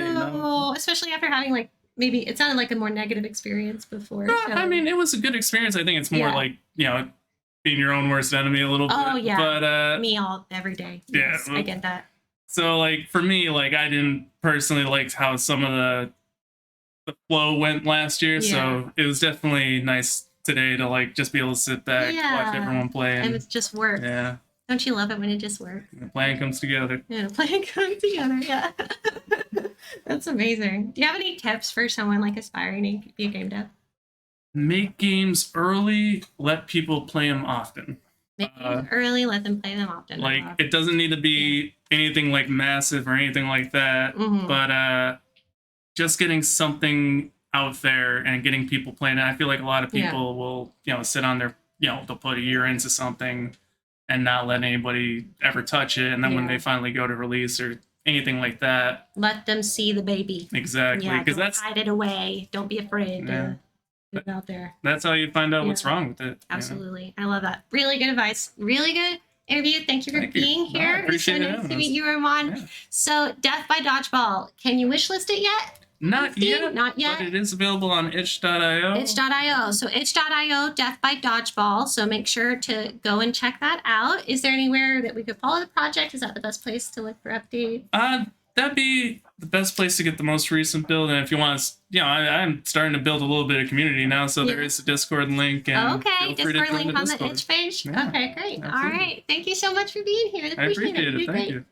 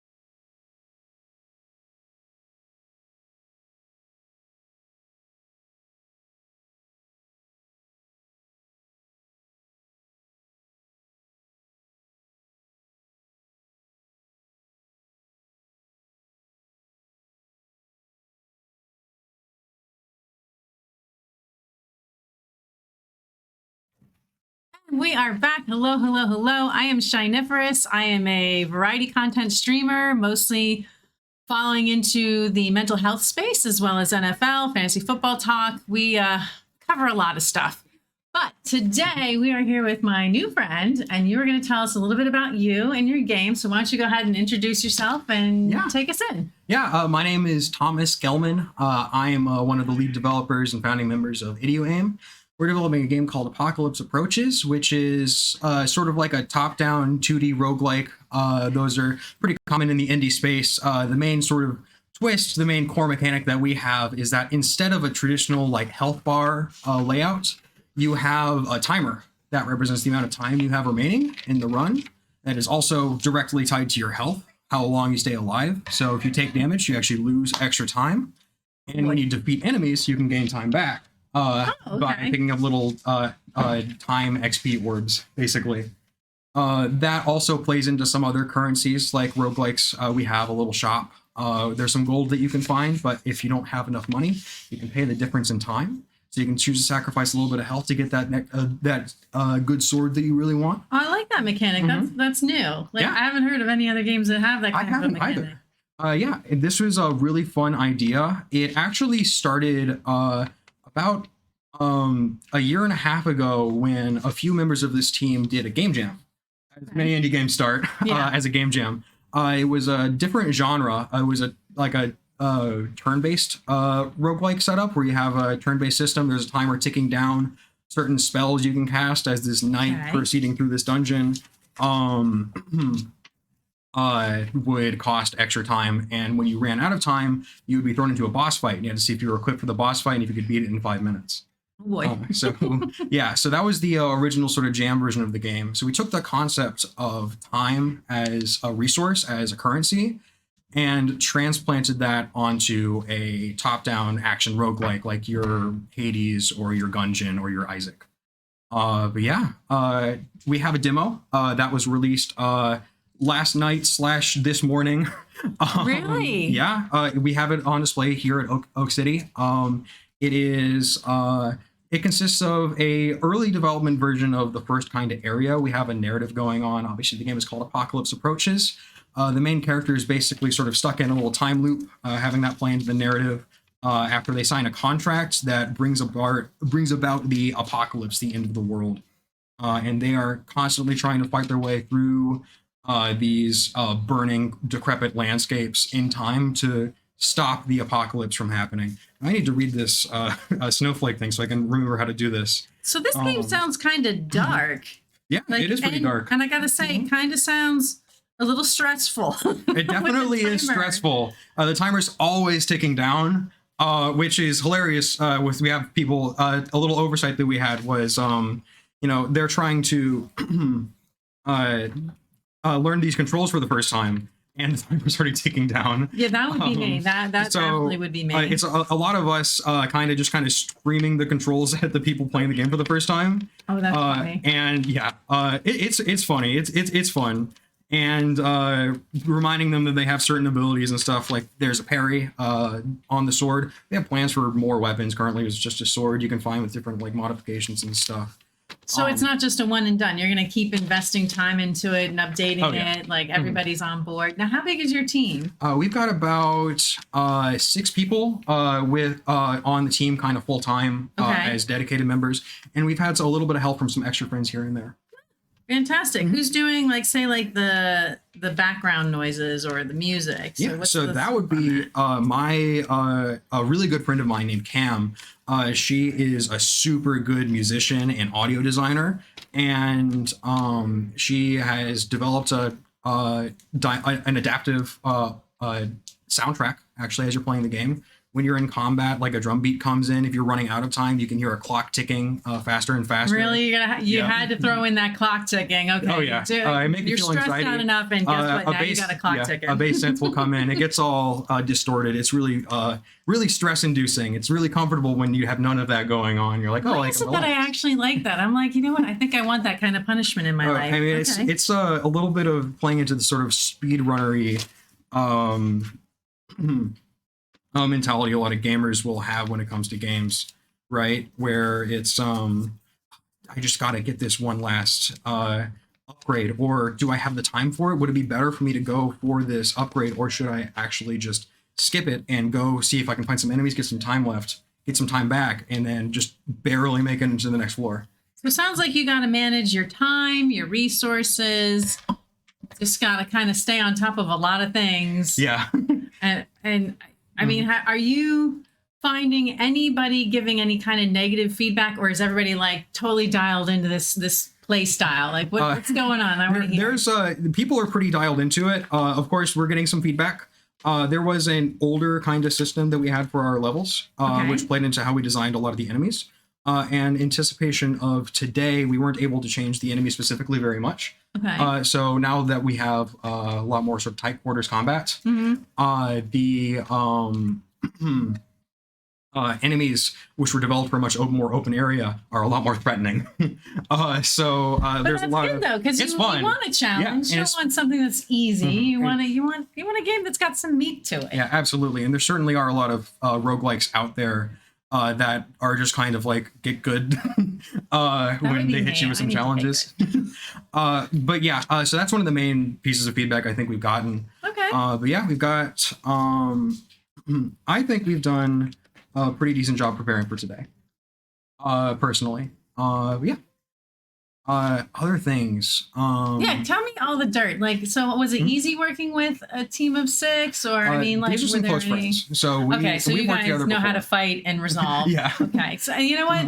Not everybody has that life skill. It can be challenging to work with friends. I mean, sometimes you get into those stressful situations and it's a breaker. Yeah. You know, and you got to find your way back into it. But you know, like, is there any kind of like story or any unique challenge you faced about making this game, or you want to talk about your motivation for it? Like, give me kind of the background. I mean, it sounds like it's an incredibly fun game. Yeah, so it is fun. So challenges, of course. I mean, I spent a really long time just developing some of these new systems. Oh, wow, okay. As one of our engineers, because procedural generation is challenging. So I wanted to develop it in a way that was more or less consistent from a player perspective, but still felt kind of new every time. Okay. And so I have this system, and we're using Godot for development. You can set up like a graph basically to represent like what a room might look like, and those nodes can have different types associated with them, what the room might have in it. And then the dungeon like generator is able to interpret that graph and automatically place rooms where they're supposed to be. And that took a really long time. That sounds pretty cool though. Like the way it, you know, it sounds very adaptive. Yeah. And that's kind of the vision, is we have these tools that can help us design further areas and rooms and everything a lot easier to integrate them into the game and stuff like that. And that was a large focus of our game for a long time. We had a lot of pieces of a game. That was another challenge, was hooking everything up. Oh, well, yeah. I mean, you have everyone working on their own tasks, right? And they have their own pieces of the game. And at some point, all those pieces have to come together. So you're saying your team has very distinct roles. Yes. Okay. So then how would you define your role? Yeah. So we are all kind of like designers in a sense. I am primarily an engineer. I am doing a lot of the programming. I am a bit of a jack of all trades when it comes to things. Like if someone needs help with something, like I've done a lot of the pixel art that exists in our game currently. That's awesome. I help out Cam with a lot of the thoughts on music. We both have a similar background in music. But yeah, I'm primarily, I would say, a programmer and a designer. Sounds like a low-key musician. Yeah. Like you sound definitely like I do a bit of everything. I do a bit of everything. Kind of vibe going here. Okay. So well, kudos. I mean, that takes energy and talent. So yeah, thank you very much. Proud of you for putting forth all that effort. Proud of you for taking on all that knowledge. I mean, that's not easy. Yeah. And being able to put it together to make a seamless product. I mean, I know we talk about a lot of these devs and we got a lot of solo devs here, but I'm always super impressed by people who have just broadened their skill sets to that extent to be able to be the jack of all trades. What was your most fun part about this game? Like, what do you love most about it? Oh, when it comes to video games and difficulty, I'm, dare I say, a little bit of a masochist when it comes to it. Oh, you like to punish the players? It's just like when it's like really hard and you kind of overcome, like if you ever played Dark Souls, a very challenging and rewarding game when you manage to finally defeat something. And I feel like in this current state of the game, it is very challenging, and it can feel very rewarding to get past this challenge. I love that. Mhm. I love that. I mean, it's one of those things where, like, if you do get past it, when you actually are able to, you're like, "Yeah." Like, like that. I don't know about you, but I sometimes I get into beast mode when I get successful about a takedown. I don't know what it is, but it sounds like that's kind of the gist here. Yeah, pretty much. When you're able to finally actually do it. Mhm. Well, this sounds like a very exciting game. I am looking forward to seeing it. I'm going to be lingering, so I'm going to probably go out there and stock some of these games because I want to see, I want to know. Where can people get a hold of the game, or when is it coming out, or what's the deal? Give me all the lowdown and the socials. Yeah. So right now we are. You can play our game. We have a demo free to download on itch.io. Awesome. If you look up Olatni Apocalypse Approaches, you should be able to find it. We have our social medias tied to our game development team, IdeoAme. It is IdeoAme on Blue Sky. We can also look up Apocalypse Approaches. The name of the visible name of the account is set to that. We have an Instagram account. We did a post earlier today of letting people know that we're here at Oak City.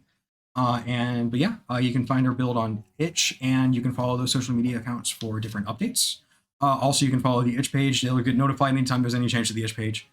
And that's where you can keep up with the development of the game. We're going to be posting a lot more on social media going forward now that we have this demo. That's fantastic. Never underestimate the power of social media. Yeah. You got to be out there. I mean, these days, discoverability on Blue Sky has been really impressing me. That's awesome. Well, thank you so much. I appreciate you for joining us today. Thank you for having me. I look forward to coming out there and checking out the game. We are going to just have a wonderful afternoon with a few more interviews, but this has been great. I appreciate your time. Sounds like you are very happy with your own game. Oh, yeah. So thank you very much for joining us, and I look forward to seeing more. Yeah, thank you very much. All right. Thank you. All right.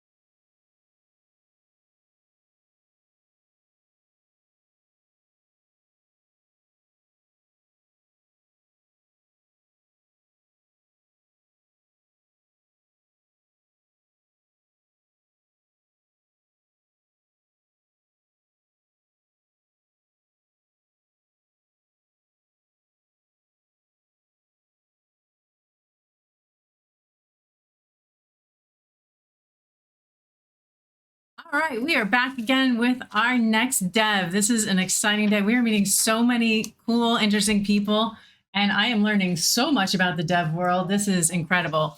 I'm Shiniferous. I am a streamer on Twitch. I primarily operate on mental health space, NFL, fantasy football, as well as just variety gaming. And today we have... Sam, but I go by Fleece Cardigan as a dev. Who doesn't love a good fleece cardigan? Love Yeah. that. Awesome. Yeah. Well, tell me about your game. What do we got going on? Yeah, so the Crimson Lyre is an action RPG that I've been working on in Unreal. And Okay. it's sort of based on the old action RPGs of the 90s and early 2000s, like Thief, System Shock, Deus Ex, although much pared down from those. It is... currently on Steam, Epic Games. It's not out yet, but I'm hoping to release it next year. Okay, is it in a demo mode, or you said it's on Steam, so we can wish list it? You can wish list Okay. it. I am hoping to get a demo out soon, but right now, if you want to play it, my Discord is probably the best place to find me, and where I'll probably Shout it out. Yeah.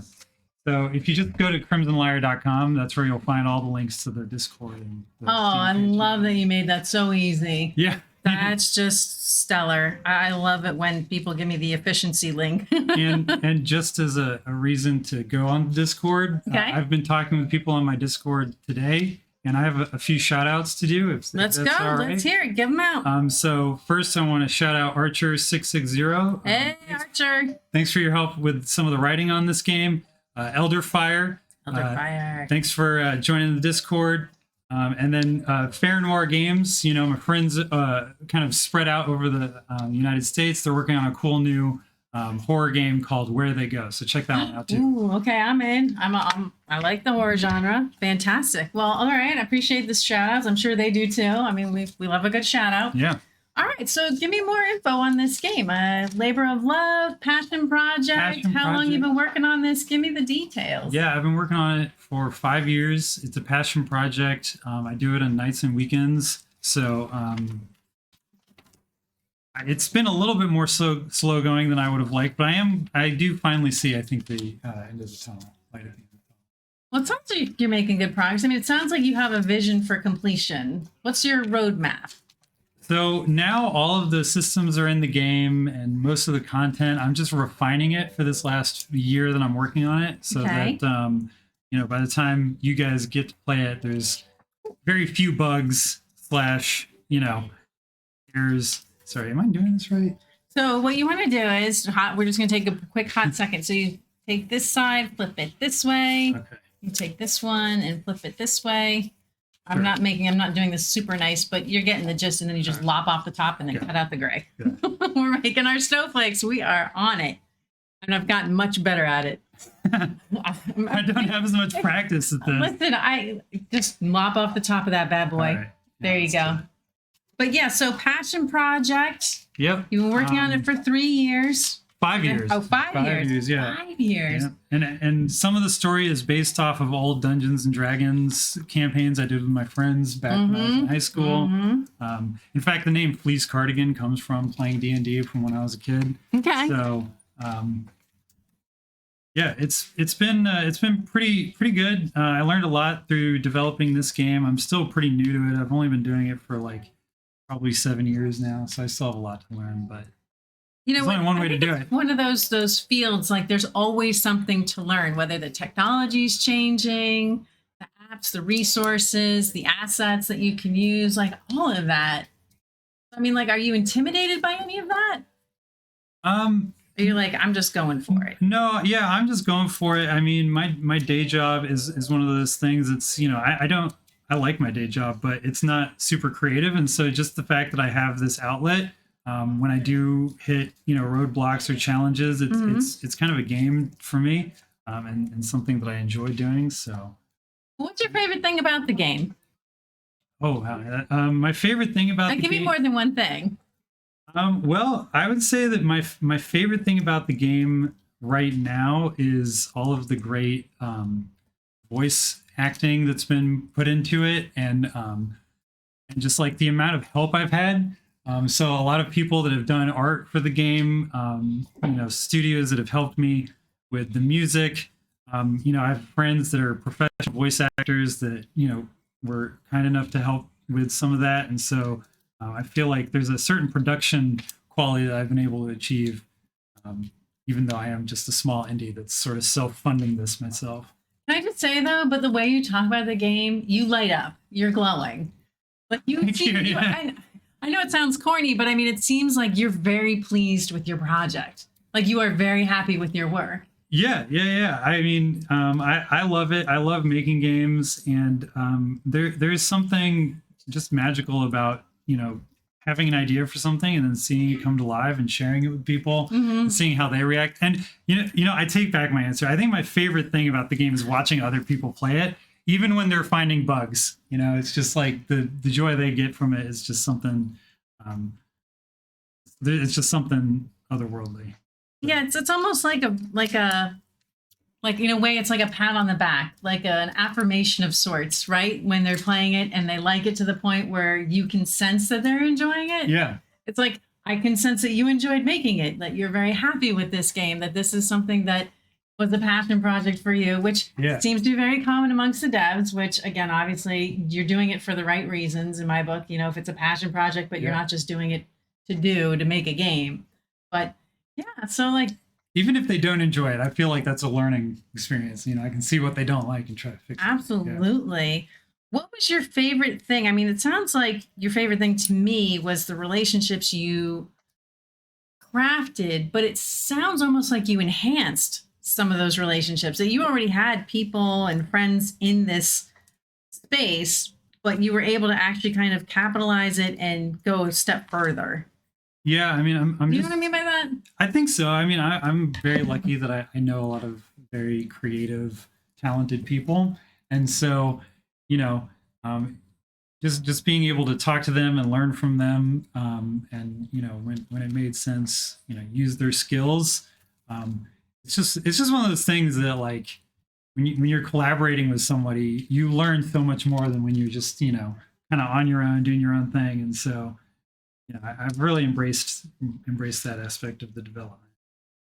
Anything that you don't like about it? I mean, there's certain things that I'm not as good at, but that's not the stuff that I dislike about it. I'm not great at marketing. You know, his game. Check it out. And so, you know, even doing this is, you know, a little bit of a step outside of my comfort zone. But here you are, you're doing it anyway, you're getting it done. And that's exactly, you know, like, I think the fact that you're willing to step out your comfort zone is going to be to your benefit. So, and again, we appreciate you. And maybe I'll get better at it. So if I keep doing this. Practice. I mean, we're here, we don't bite. We are just a great, friendly bunch of people, and we want you to shine. We want you to have your moment. We want to celebrate your hard work. Thank you. Yeah, I really appreciate you guys having me on here. But although I think I made a mess of this. You muffled the snowflake, right? Yeah. You know what? Listen, you get A for effort. You learned, right? And as we all know, we just said learning's part of the process, right? Yeah. So what tips would you have for an aspiring dev? Get started. First and foremost, you're going to learn more just by doing it than you know, thinking about doing it or trying to learn as much as you can before you start doing it. You just got to start doing it and, you know, make mistakes. And then, yeah, there's a lot of different ways you can do this. You can make small indie games. You can do ambitious things. And I think a lot of people will tell you, this is what you should do. This is what you should do. But I really think if it's something that you want to enjoy doing, you should do it the way you want to do it, even if it is maybe overly ambitious.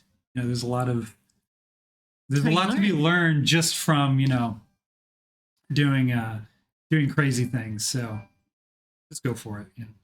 Well, that's great advice. And you know what? I think that's just, again, I want to say that message is so important, because you have too many people who are in a state of fear. What if I fail? What if I don't do this? What if I'm not successful? It doesn't matter. The only way you're going to learn and get beyond that is trying and doing.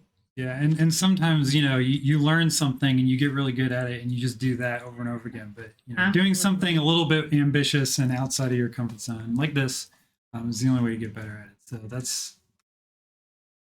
Well, it's been my pleasure. How can people find you, find the game? Like, give me all the socials. I want to keep ramping this up there. I mean, here's your chance to market it. We're here. The easiest way to find all of the links is crimsonlyre.com. Okay. My personal website is fleececardigan.com. But I'm on Steam, Epic Games. You can find the trailer on YouTube, all of those things. You just search the Crimson Lyre, it'll be the first thing that comes up. And I think I'm even pretty high on the Google list. So. Fantastic. Well, I've done my part to help market. We can. Thank you. You did a great job. Give you all the shout outs. You got your shout outs in. Yeah. It was a pleasure to meet you, and can't wait to see you guys are out back, right? In the room. You set up? Yeah, I'm set up. So if you're here at the show, come by. I'll let you play my game. And Thank you. It was a pleasure. All right, we are getting ready for our next update, and it's going to be our friends Siren and Anka. They're going to be talking to us a little bit about the Unity Guild. So stay tuned. We'll be right back.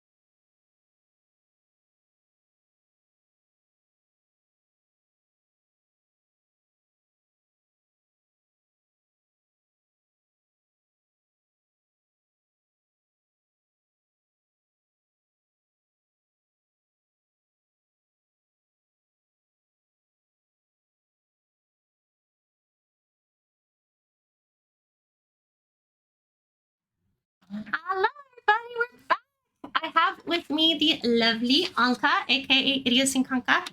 And we are going to just take this little moment to talk a little bit about the Twitch Unity Guilds. So simultaneously, you may have noticed that my phone was still on the stream in the background. You may have noticed that we have been actually sharing a chat with this lovely human right here because the Unity Guilds have been hosting the Twitch Week of Giving, right? Yep. So she's been over there playing Mario Party, raising money for charity. And that's just one of the things that the guilds do. But just real quick, if you're just tuning in with us, my name is Siren. I am a streamer over at Roguelite TV. We do a lot of story-based games, stuff like that. Feel free to check me out. And I'm Bianca, aka Idiosyncranka, and yeah, we're doing this thing today. So awesome. Yeah, it's looked like it's been a lot of fun. It has. I'm getting beat up in Mario. Yeah. I have a new one, Jamboree. Yes. Yeah. The computer is beating me up. It's all right. Yes. I love that so much. How has it gone today? So really good. Really good. We Yeah. did have a little bit of a technical difficulty. Yeah. But what's a stream if you don't have technical difficulties? Yeah. But everything has been so great. Everybody coming through. One more snowflake for the room. Yeah, everybody coming through has been wonderful. Twitch came through and donated $500 and knocked out the first goal. Thank you, Twitch. So, yeah, That's thank you so amazing. much. Yeah. And what is the charity benefiting? Can you talk about that real quick? Yeah, so it's 6 charities. 6 charities. Yeah, Oh, cool. so Landfest is raising on behalf of American Red Cross, Best Friends Association, Starlight Children's Foundation, Make-A-Wish Foundation, and the Los Angeles, I can't remember This one. There's so many. So many great causes. Oh my gosh, that's amazing. I love that. Yeah. This event is a really good example of like we wanted to talk about a little bit about what the Unity Guilds are. It's a great example of what the guilds are. Like I feel like it's taking people, bringing them together for like these awesome causes, and like there's strength in numbers, like working together. I know for me, a shout out both to the Twitch Unity Guilds and to Stream Raleigh, which we're streaming from right now. Like finding your people, like your community as a content creator is so incredibly vital. It can be such an isolating experience sometimes because you're basically a solopreneur, like when you're doing content creation. So I absolutely love like these communities that you can find. Same thing with Triangle Arts Collective for the game devs here. Like, so beautiful. But yeah, do you want to talk? What are the Unity Guilds? Like, what are they? So the Unity Guilds were created to help give more attention to all the marginalized groups that are in the content creator space. And we actually have 4. We have the Pride Guild, the Latin Guild, the Women's Guild, and the Black Guild. So yeah. So far, I mean, the impact the Unity Guilds have had on Twitch as a whole has been astounding. Me and Siren both went to TwitchCon this year. And I mean, I was so amazed. I didn't realize how much of an impact the Unity Guilds have had. They had like a Unity Guild lounge there, which was really cool. Yeah, I loved it. Like, and the support, like I'm only in the women's guild, so I can only speak for that. But like just being around the other women and just like building each other up, like it's so important, I think, for women to support other women and have that positive community. And I know I've gotten just so much out of it, and shout out to the guild leaders just for being phenomenal. Ash and Meadow. Yes. And Coco and Chelsea before that. Yes. Oh my gosh. I can't. It's the work that they do. I don't understand how they do all the work that they do. Goodness gracious. Handling their personal lives. Absolutely. Yes. But it's so important work, and it really just makes you feel like you have a home, like somewhere you belong. Like it's just really beautiful. So shout out to the Unity Guilds and again, like Stream Raleigh, like to the local meetups. Like if you're watching this right now, did you know you might actually have a local meetup near you, like powered by Twitch, like that you could go hang out with other streamers? I recommend it. So. Definitely look online and see. And if there's not one in your area, you can sign up to host one. Do it. Be the change you want to see in the world. Exactly. Yeah. Oh my gosh. I don't even know, like the way that this whole thing happened today. It worked out so well. It's so cool. Like I was saying that in an interview earlier. You love it when a plan comes together. Yes. It's basically like that. Like it just all kind of worked out. Like, you know, and we were able to kind of just do like multiple things at the same time, Like we had the charity going on, the Unity Guild stuff going on, then we had the meetup stuff going on, the indie devs, the wonderful like Oak City Indie Showcase being such an amazing host for this event, like for both events. And oh my gosh, it's been just such a blast. And I can't thank Oak City Indie and Triangle Interactive enough for allowing us to partner with you for this, because this was my first time hosting a LAN party and I had no idea what I was doing. So girl, more power to you. I was happy to be in front of the camera, like that's the easy part. Like all the hardware and everything. Exactly. So from the bottom of all of our hearts, thank you so much. Absolutely. Yeah. Oh my gosh. Well, thank you so much. I don't know. Oh man. It's okay. Like at the beginning, I didn't even I ended up making just like little like reindeer things that didn't even come together. I would say that this is my like magnum opus. That's this one. That's intricate. Oh my god. I would say that's probably the one that I'm most proud of. But reading is fundamental. It's okay. Hey, what's up? My name's Anka. I never learned how to read. Yeah, right. I can't stop me because I can't read. Yes, I like that one too. Yes. Oh my gosh. Oh, okay. Yeah. Well, there you go. Well, anything else? Oh, I will say the Unity guilds are not currently open. Applications are not currently open. So if you look for that, you have to kind of just keep an eye out. Yeah. What do you think is the best way to? I would say to follow all the guild leaders on their socials, because they will post when the applications are open. And there's no acceptance except you have to be an affiliate. You have to have filled out the streamer survey and in your dashboard. And that's in your creator dashboard, and not be a bad actor on the internet. don't be that kind of person. Be a wholesome person. Right. And there is a backlog because a lot of people are trying to get in. So just be patient. They come in waves, and just keep doing what you're doing, and it'll happen eventually. Yep. I don't know what else. But yeah. All right, cool. Well, in that case, I think we're just going to take a quick little break. And then after the break, we will be back with my co-host, and we'll just kind of do a little bit of an outro. And I think we'll have a little bit of B-roll on the break so you can check out some more of the floor. And oh my gosh, these indie devs have been such a blast to talk to. I can't wait to go walk around. We'll actually be able to we've both been busy this whole time. We'll be able to actually go play the games, which I'm so excited about. After talking to all of them, they had so many good stories. So it's just been a blast. So I can't wait. Yay! Thanks for being on. Thank you so much for having me. Yeah. All right. I'll see you guys in a little bit. All right. Bye.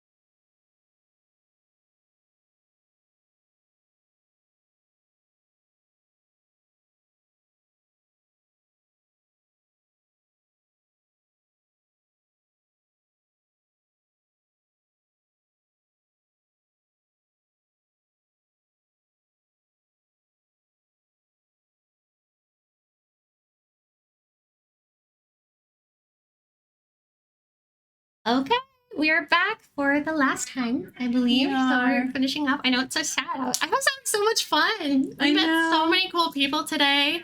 If you're just joining us here at the end of the stream, we are here at Oak City Indie Showcase. We've been talking to so many amazing indie devs today. You can go back and look at the VOD for some really great games and interviews that we've been hosting today.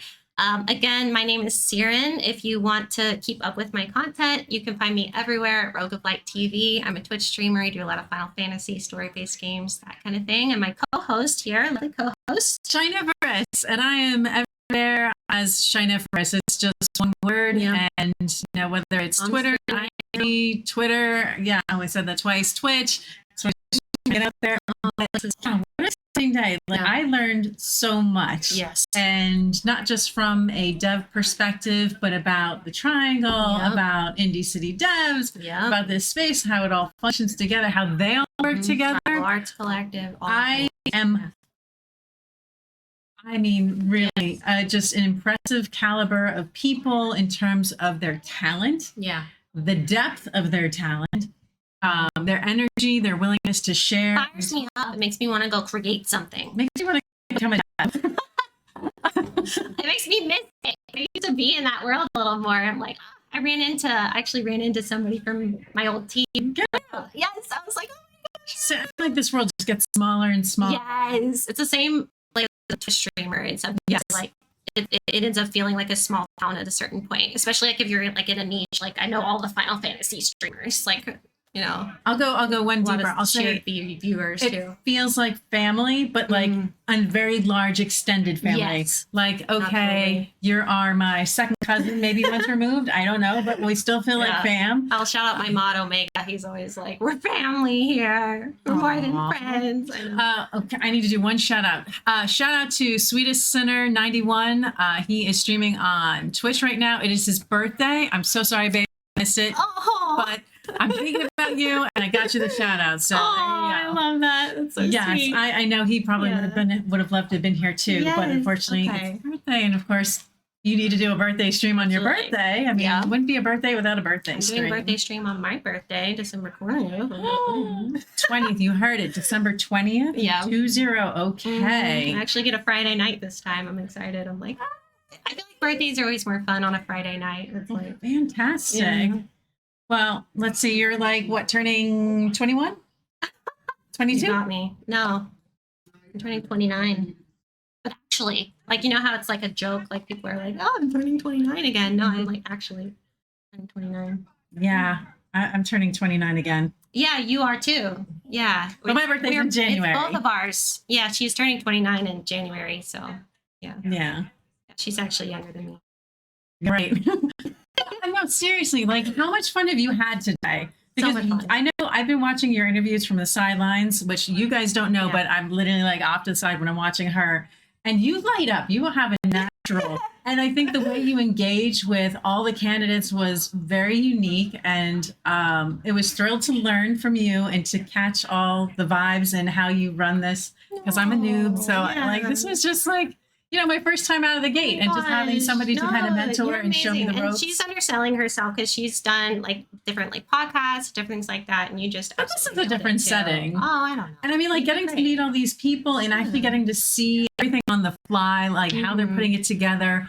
All of the devs here, they're working side by side. They're learning from each other. They're sharing knowledge. It's just again, I know I said this before. I know maybe it sounds cheesy and overdone, that it's a mind-blowing thing, but it really is when you see the collective working. Yeah. And it's doing exactly what it was engineered to do. And again, being able to have that tangible experience to kind of look behind the curtain and see what everybody's doing, how they're doing it, how they relate to one another, and the fact that it is very much that fam type vibe is just an honor to be able to see it. Yeah, speaking for myself, I mean, it was just a privilege to be able to host it because you get the excuse to have these conversations. It's just something I love so much. I mean, you described it as lighting up. That's why I'm lighting up. I'm so excited because it's so fun to really like just get to know people. Like there's just that magical feeling of like, why are you doing this? Like what inspired you to do this? And again, I was talking earlier, like I have ADHD. I'm the worst with like finishing long projects. So I look at game devs and I'm like, how do you stick with something for so long? I love it. It's so great. And that's, again, I think I said this in one of the interviews, like it's one of the so cool things about this space Triangle Art Collective has done out here, like in RTP, like Research Triangle Park, like you can actually get together with other just complete strangers. Complete strangers, and you just and brainstorm together. Yeah, like, working on? Do you have any ideas on this problem? Like, you know, on this specific project and like things like that. I love it. And it's the same thing. It's the theme of the day is like we're better together, you know? Like that. I feel like that's the theme of the day. Better together, yeah, 100%. Exactly. Between like this showcase, which is Oak City Indie Showcase, is showcasing Triangle Arts Collective and other indies, like bringing that together. And then we have Stream Raleigh, which is all about it is an organization separate that's just a part of this that brings content creators together. And then we have the Twitch Unity Guilds with Agka hosting that's bringing all sorts of minority people together. And like all of that is just working together, better together. Like I love it. I know. The energy has just been astounding. Like it's hard to convey to the audience the energy outside of this room. Yes. I mean, we tried to pull it in as best we could. But hopefully there's just you saw really no the B-roll comparison. too. Yeah. I want to go walk around. Like you guys have been seeing more than I have the camera. Like the camera actually like panning around the different games. Like I want to go and play like some of the indies before I leave. Oh yeah, I mean we have people outside playing VR games. Yeah, it's like just literally out that door. Yeah. There's something surreal about it. You just walk out the door and there you've got like a couple people playing VR games. You got the LAN set up, the LAN party. I mean, this is like home. Yes, that sounds silly, but it's like a happy place. Yes, games are my happy place. Games. There's just something so magical about games specifically, like compared to anything else. Like I don't know. Again, it's kind of what I was talking about earlier. Like them as a medium, like you get to step into someone's shoes, and it's the perfect gateway for empathy, for again human connection. I always bring it back to human connection whenever I do interviews. Like it's just so vital, like to our existence. I mean, we all lived through a pandemic, like you know, like how important it is to have some sense of community. And shout out to Twitch for providing that. Like, you know, they put this on the front page today, which was huge for all of those indie devs. So thank you so much for Twitch for doing that. And they donated, Anka said, $500 to the Twitch Twitch Unity Guild Week of Giving for the Mario Party. Yeah, so it's phenomenal. So I'm just grateful to be part of it.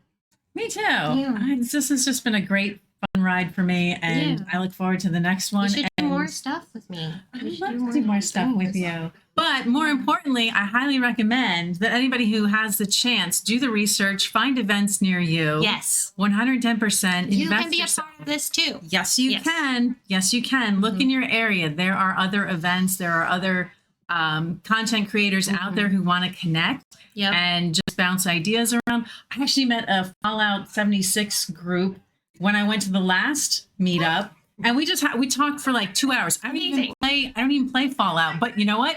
I want to. I want to, and I certainly want to follow their content. So they actually do a roundtable on all the things related to the game. It's fascinating. It is amazing the stuff you learn. It's amazing the people you will connect with. You will have no regrets, and no one should be running solo alone in their head. Piggybacking off of that, like I had this weird belief for like, because I've been streaming for 4.5 years now, but for the first several years, I mean, I just got involved with Twitch Raleigh last year. I had this belief that like, well, I mean, I can't talk to other streamers if they don't live in LA. Not true. We're everywhere. We're everywhere. There's tons on the East Coast. So if you think that you don't have a scene, I do challenge you to go look for one, because or make one because you would be surprised who else around you is looking for the same exact thing. So and plenty of platforms to engineer that, to create your own get-togethers, streamer meetups. There's plenty of places 100%. To support it. So 100%. Take a chance, take the risk, just go ahead and put something together. You just don't know. You never know who is going to show up. Yeah, and if you're in North Carolina, Twitch Raleigh, where to find us, hit us up, down with us. We have some fun events. We have like 2 bigger meetups that we do a year. I always have a blast. And we have a calendar. Did you know we have a calendar? We have a calendar. We have a calendar. Like they have a whole roadmap of events for the year. Good. Yeah. I worked as one of the community managers last year, and I didn't know we had a calendar. Yeah, well, no, I had last meeting. They showed the calendar. They actually have a calendar of events, and I was like, I had no idea. Yeah, I know they and if you're in the Discord, like they'll post, just local things that are just around. Because we'll go, like we have our own meetups, but then we also will go to the local conventions and and we were just at like this cute holiday market, like in the mall. Oh, I missed Yeah, it. like I didn't go and volunteer. I just took my husband and my daughter, and we just like walked around, and I was like, oh, hey, Coach Raleigh. Like, yeah, it was fun. Oh, there's just so much. Go find it. It's there. I don't want it to end. I know. Can I say that? Yeah. I don't want it to end. We're just gonna stay here. Validate that for you. You can absolutely say that. That's another thing. The validation we were able to give to some of these devs and say, good job. Way to go. Way to continue. Like that in and of itself. I think some of those guys really needed that pat on the back just to say, you know what? I appreciate you. Oh, well, I appreciate you too. But like being able to say, like, I appreciate the fact that you made something great and that you put your heart and soul into it. I mean, I just know how hard it is to stick to a project. Like it really is just so hard. And they're doing to talk about it and like, be proud of that, like all that stuff. Like I really feel like honestly, there's a part of me that wishes I could just go be the marketing department for every indie. Like, I just want to go and like scream their game from a rooftop somewhere and be like, they worked really hard on this. I know they did. They do. And you can see it in the way, like, if you go back and look at the VOD, so many of them just lit up and wanted to share about their game and talk about it. Yeah. And you could tell that it was a labor of love and passion. Just incredible. Yeah. What was your favorite like part of the interviews? Like, did you feel kind of that same?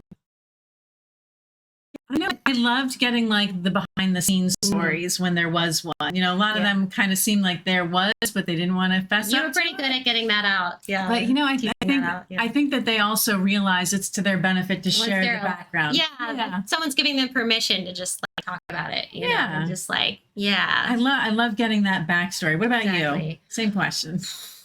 I say like just kind of the recovery. It felt like it was starting to get. I love the ones that feel more like conversations than just like a series of questions, where we just really get like into the, how would you do that? How did you? Like, I don't know. Like there was just I'm not putting it into the right words, but I'm picturing in my mind like a couple. It felt more natural. Yeah. Exactly. And that's just something that I just love to do. And so it's what's fun about like hosting is like, especially when they're giving you the energy back, right? Like when they're like, that's I feel good energy from you. Like we could do this for hours, but unfortunately, I think we are going to go ahead and wrap up. We're getting the signal. So. Yeah. Yes. Well, this has been a great, fun opportunity. I loved every absolutely. Second. Yeah. And so once again, where can we find you? Shiniferous on Twitch, and that's really the only place where I stream. This lady is awesome. She does. We were talking. She was. Let me just shout you out. Like, she does a lot of talking about like mental health and resources for that and different things like that. Just really fascinating. We had this great conversation before we started any of the interviews. So go check out her content. Go check out your content. You also are in the mental health space. I do a little bit with that as well. Yeah. So if you are interested in checking me out, Rogue of Light TV everywhere, and my Twitch, but all socials are Rogue of Light TV. I kind of use games as an excuse to create community and people space to be heard and accepted, and kind of use that and places to nerd out about video games. So if you want just a cozy place to talk about that stuff, or Final Fantasy, because I just love Final Fantasy. JRPGs, all that stuff, story games with good characters. So if you love that too, or just want to hang out, you'll look me up. But yeah, I think that's about it from us. Thank you again, Oak City Indie Showcase, and you guys have a great day. Bye.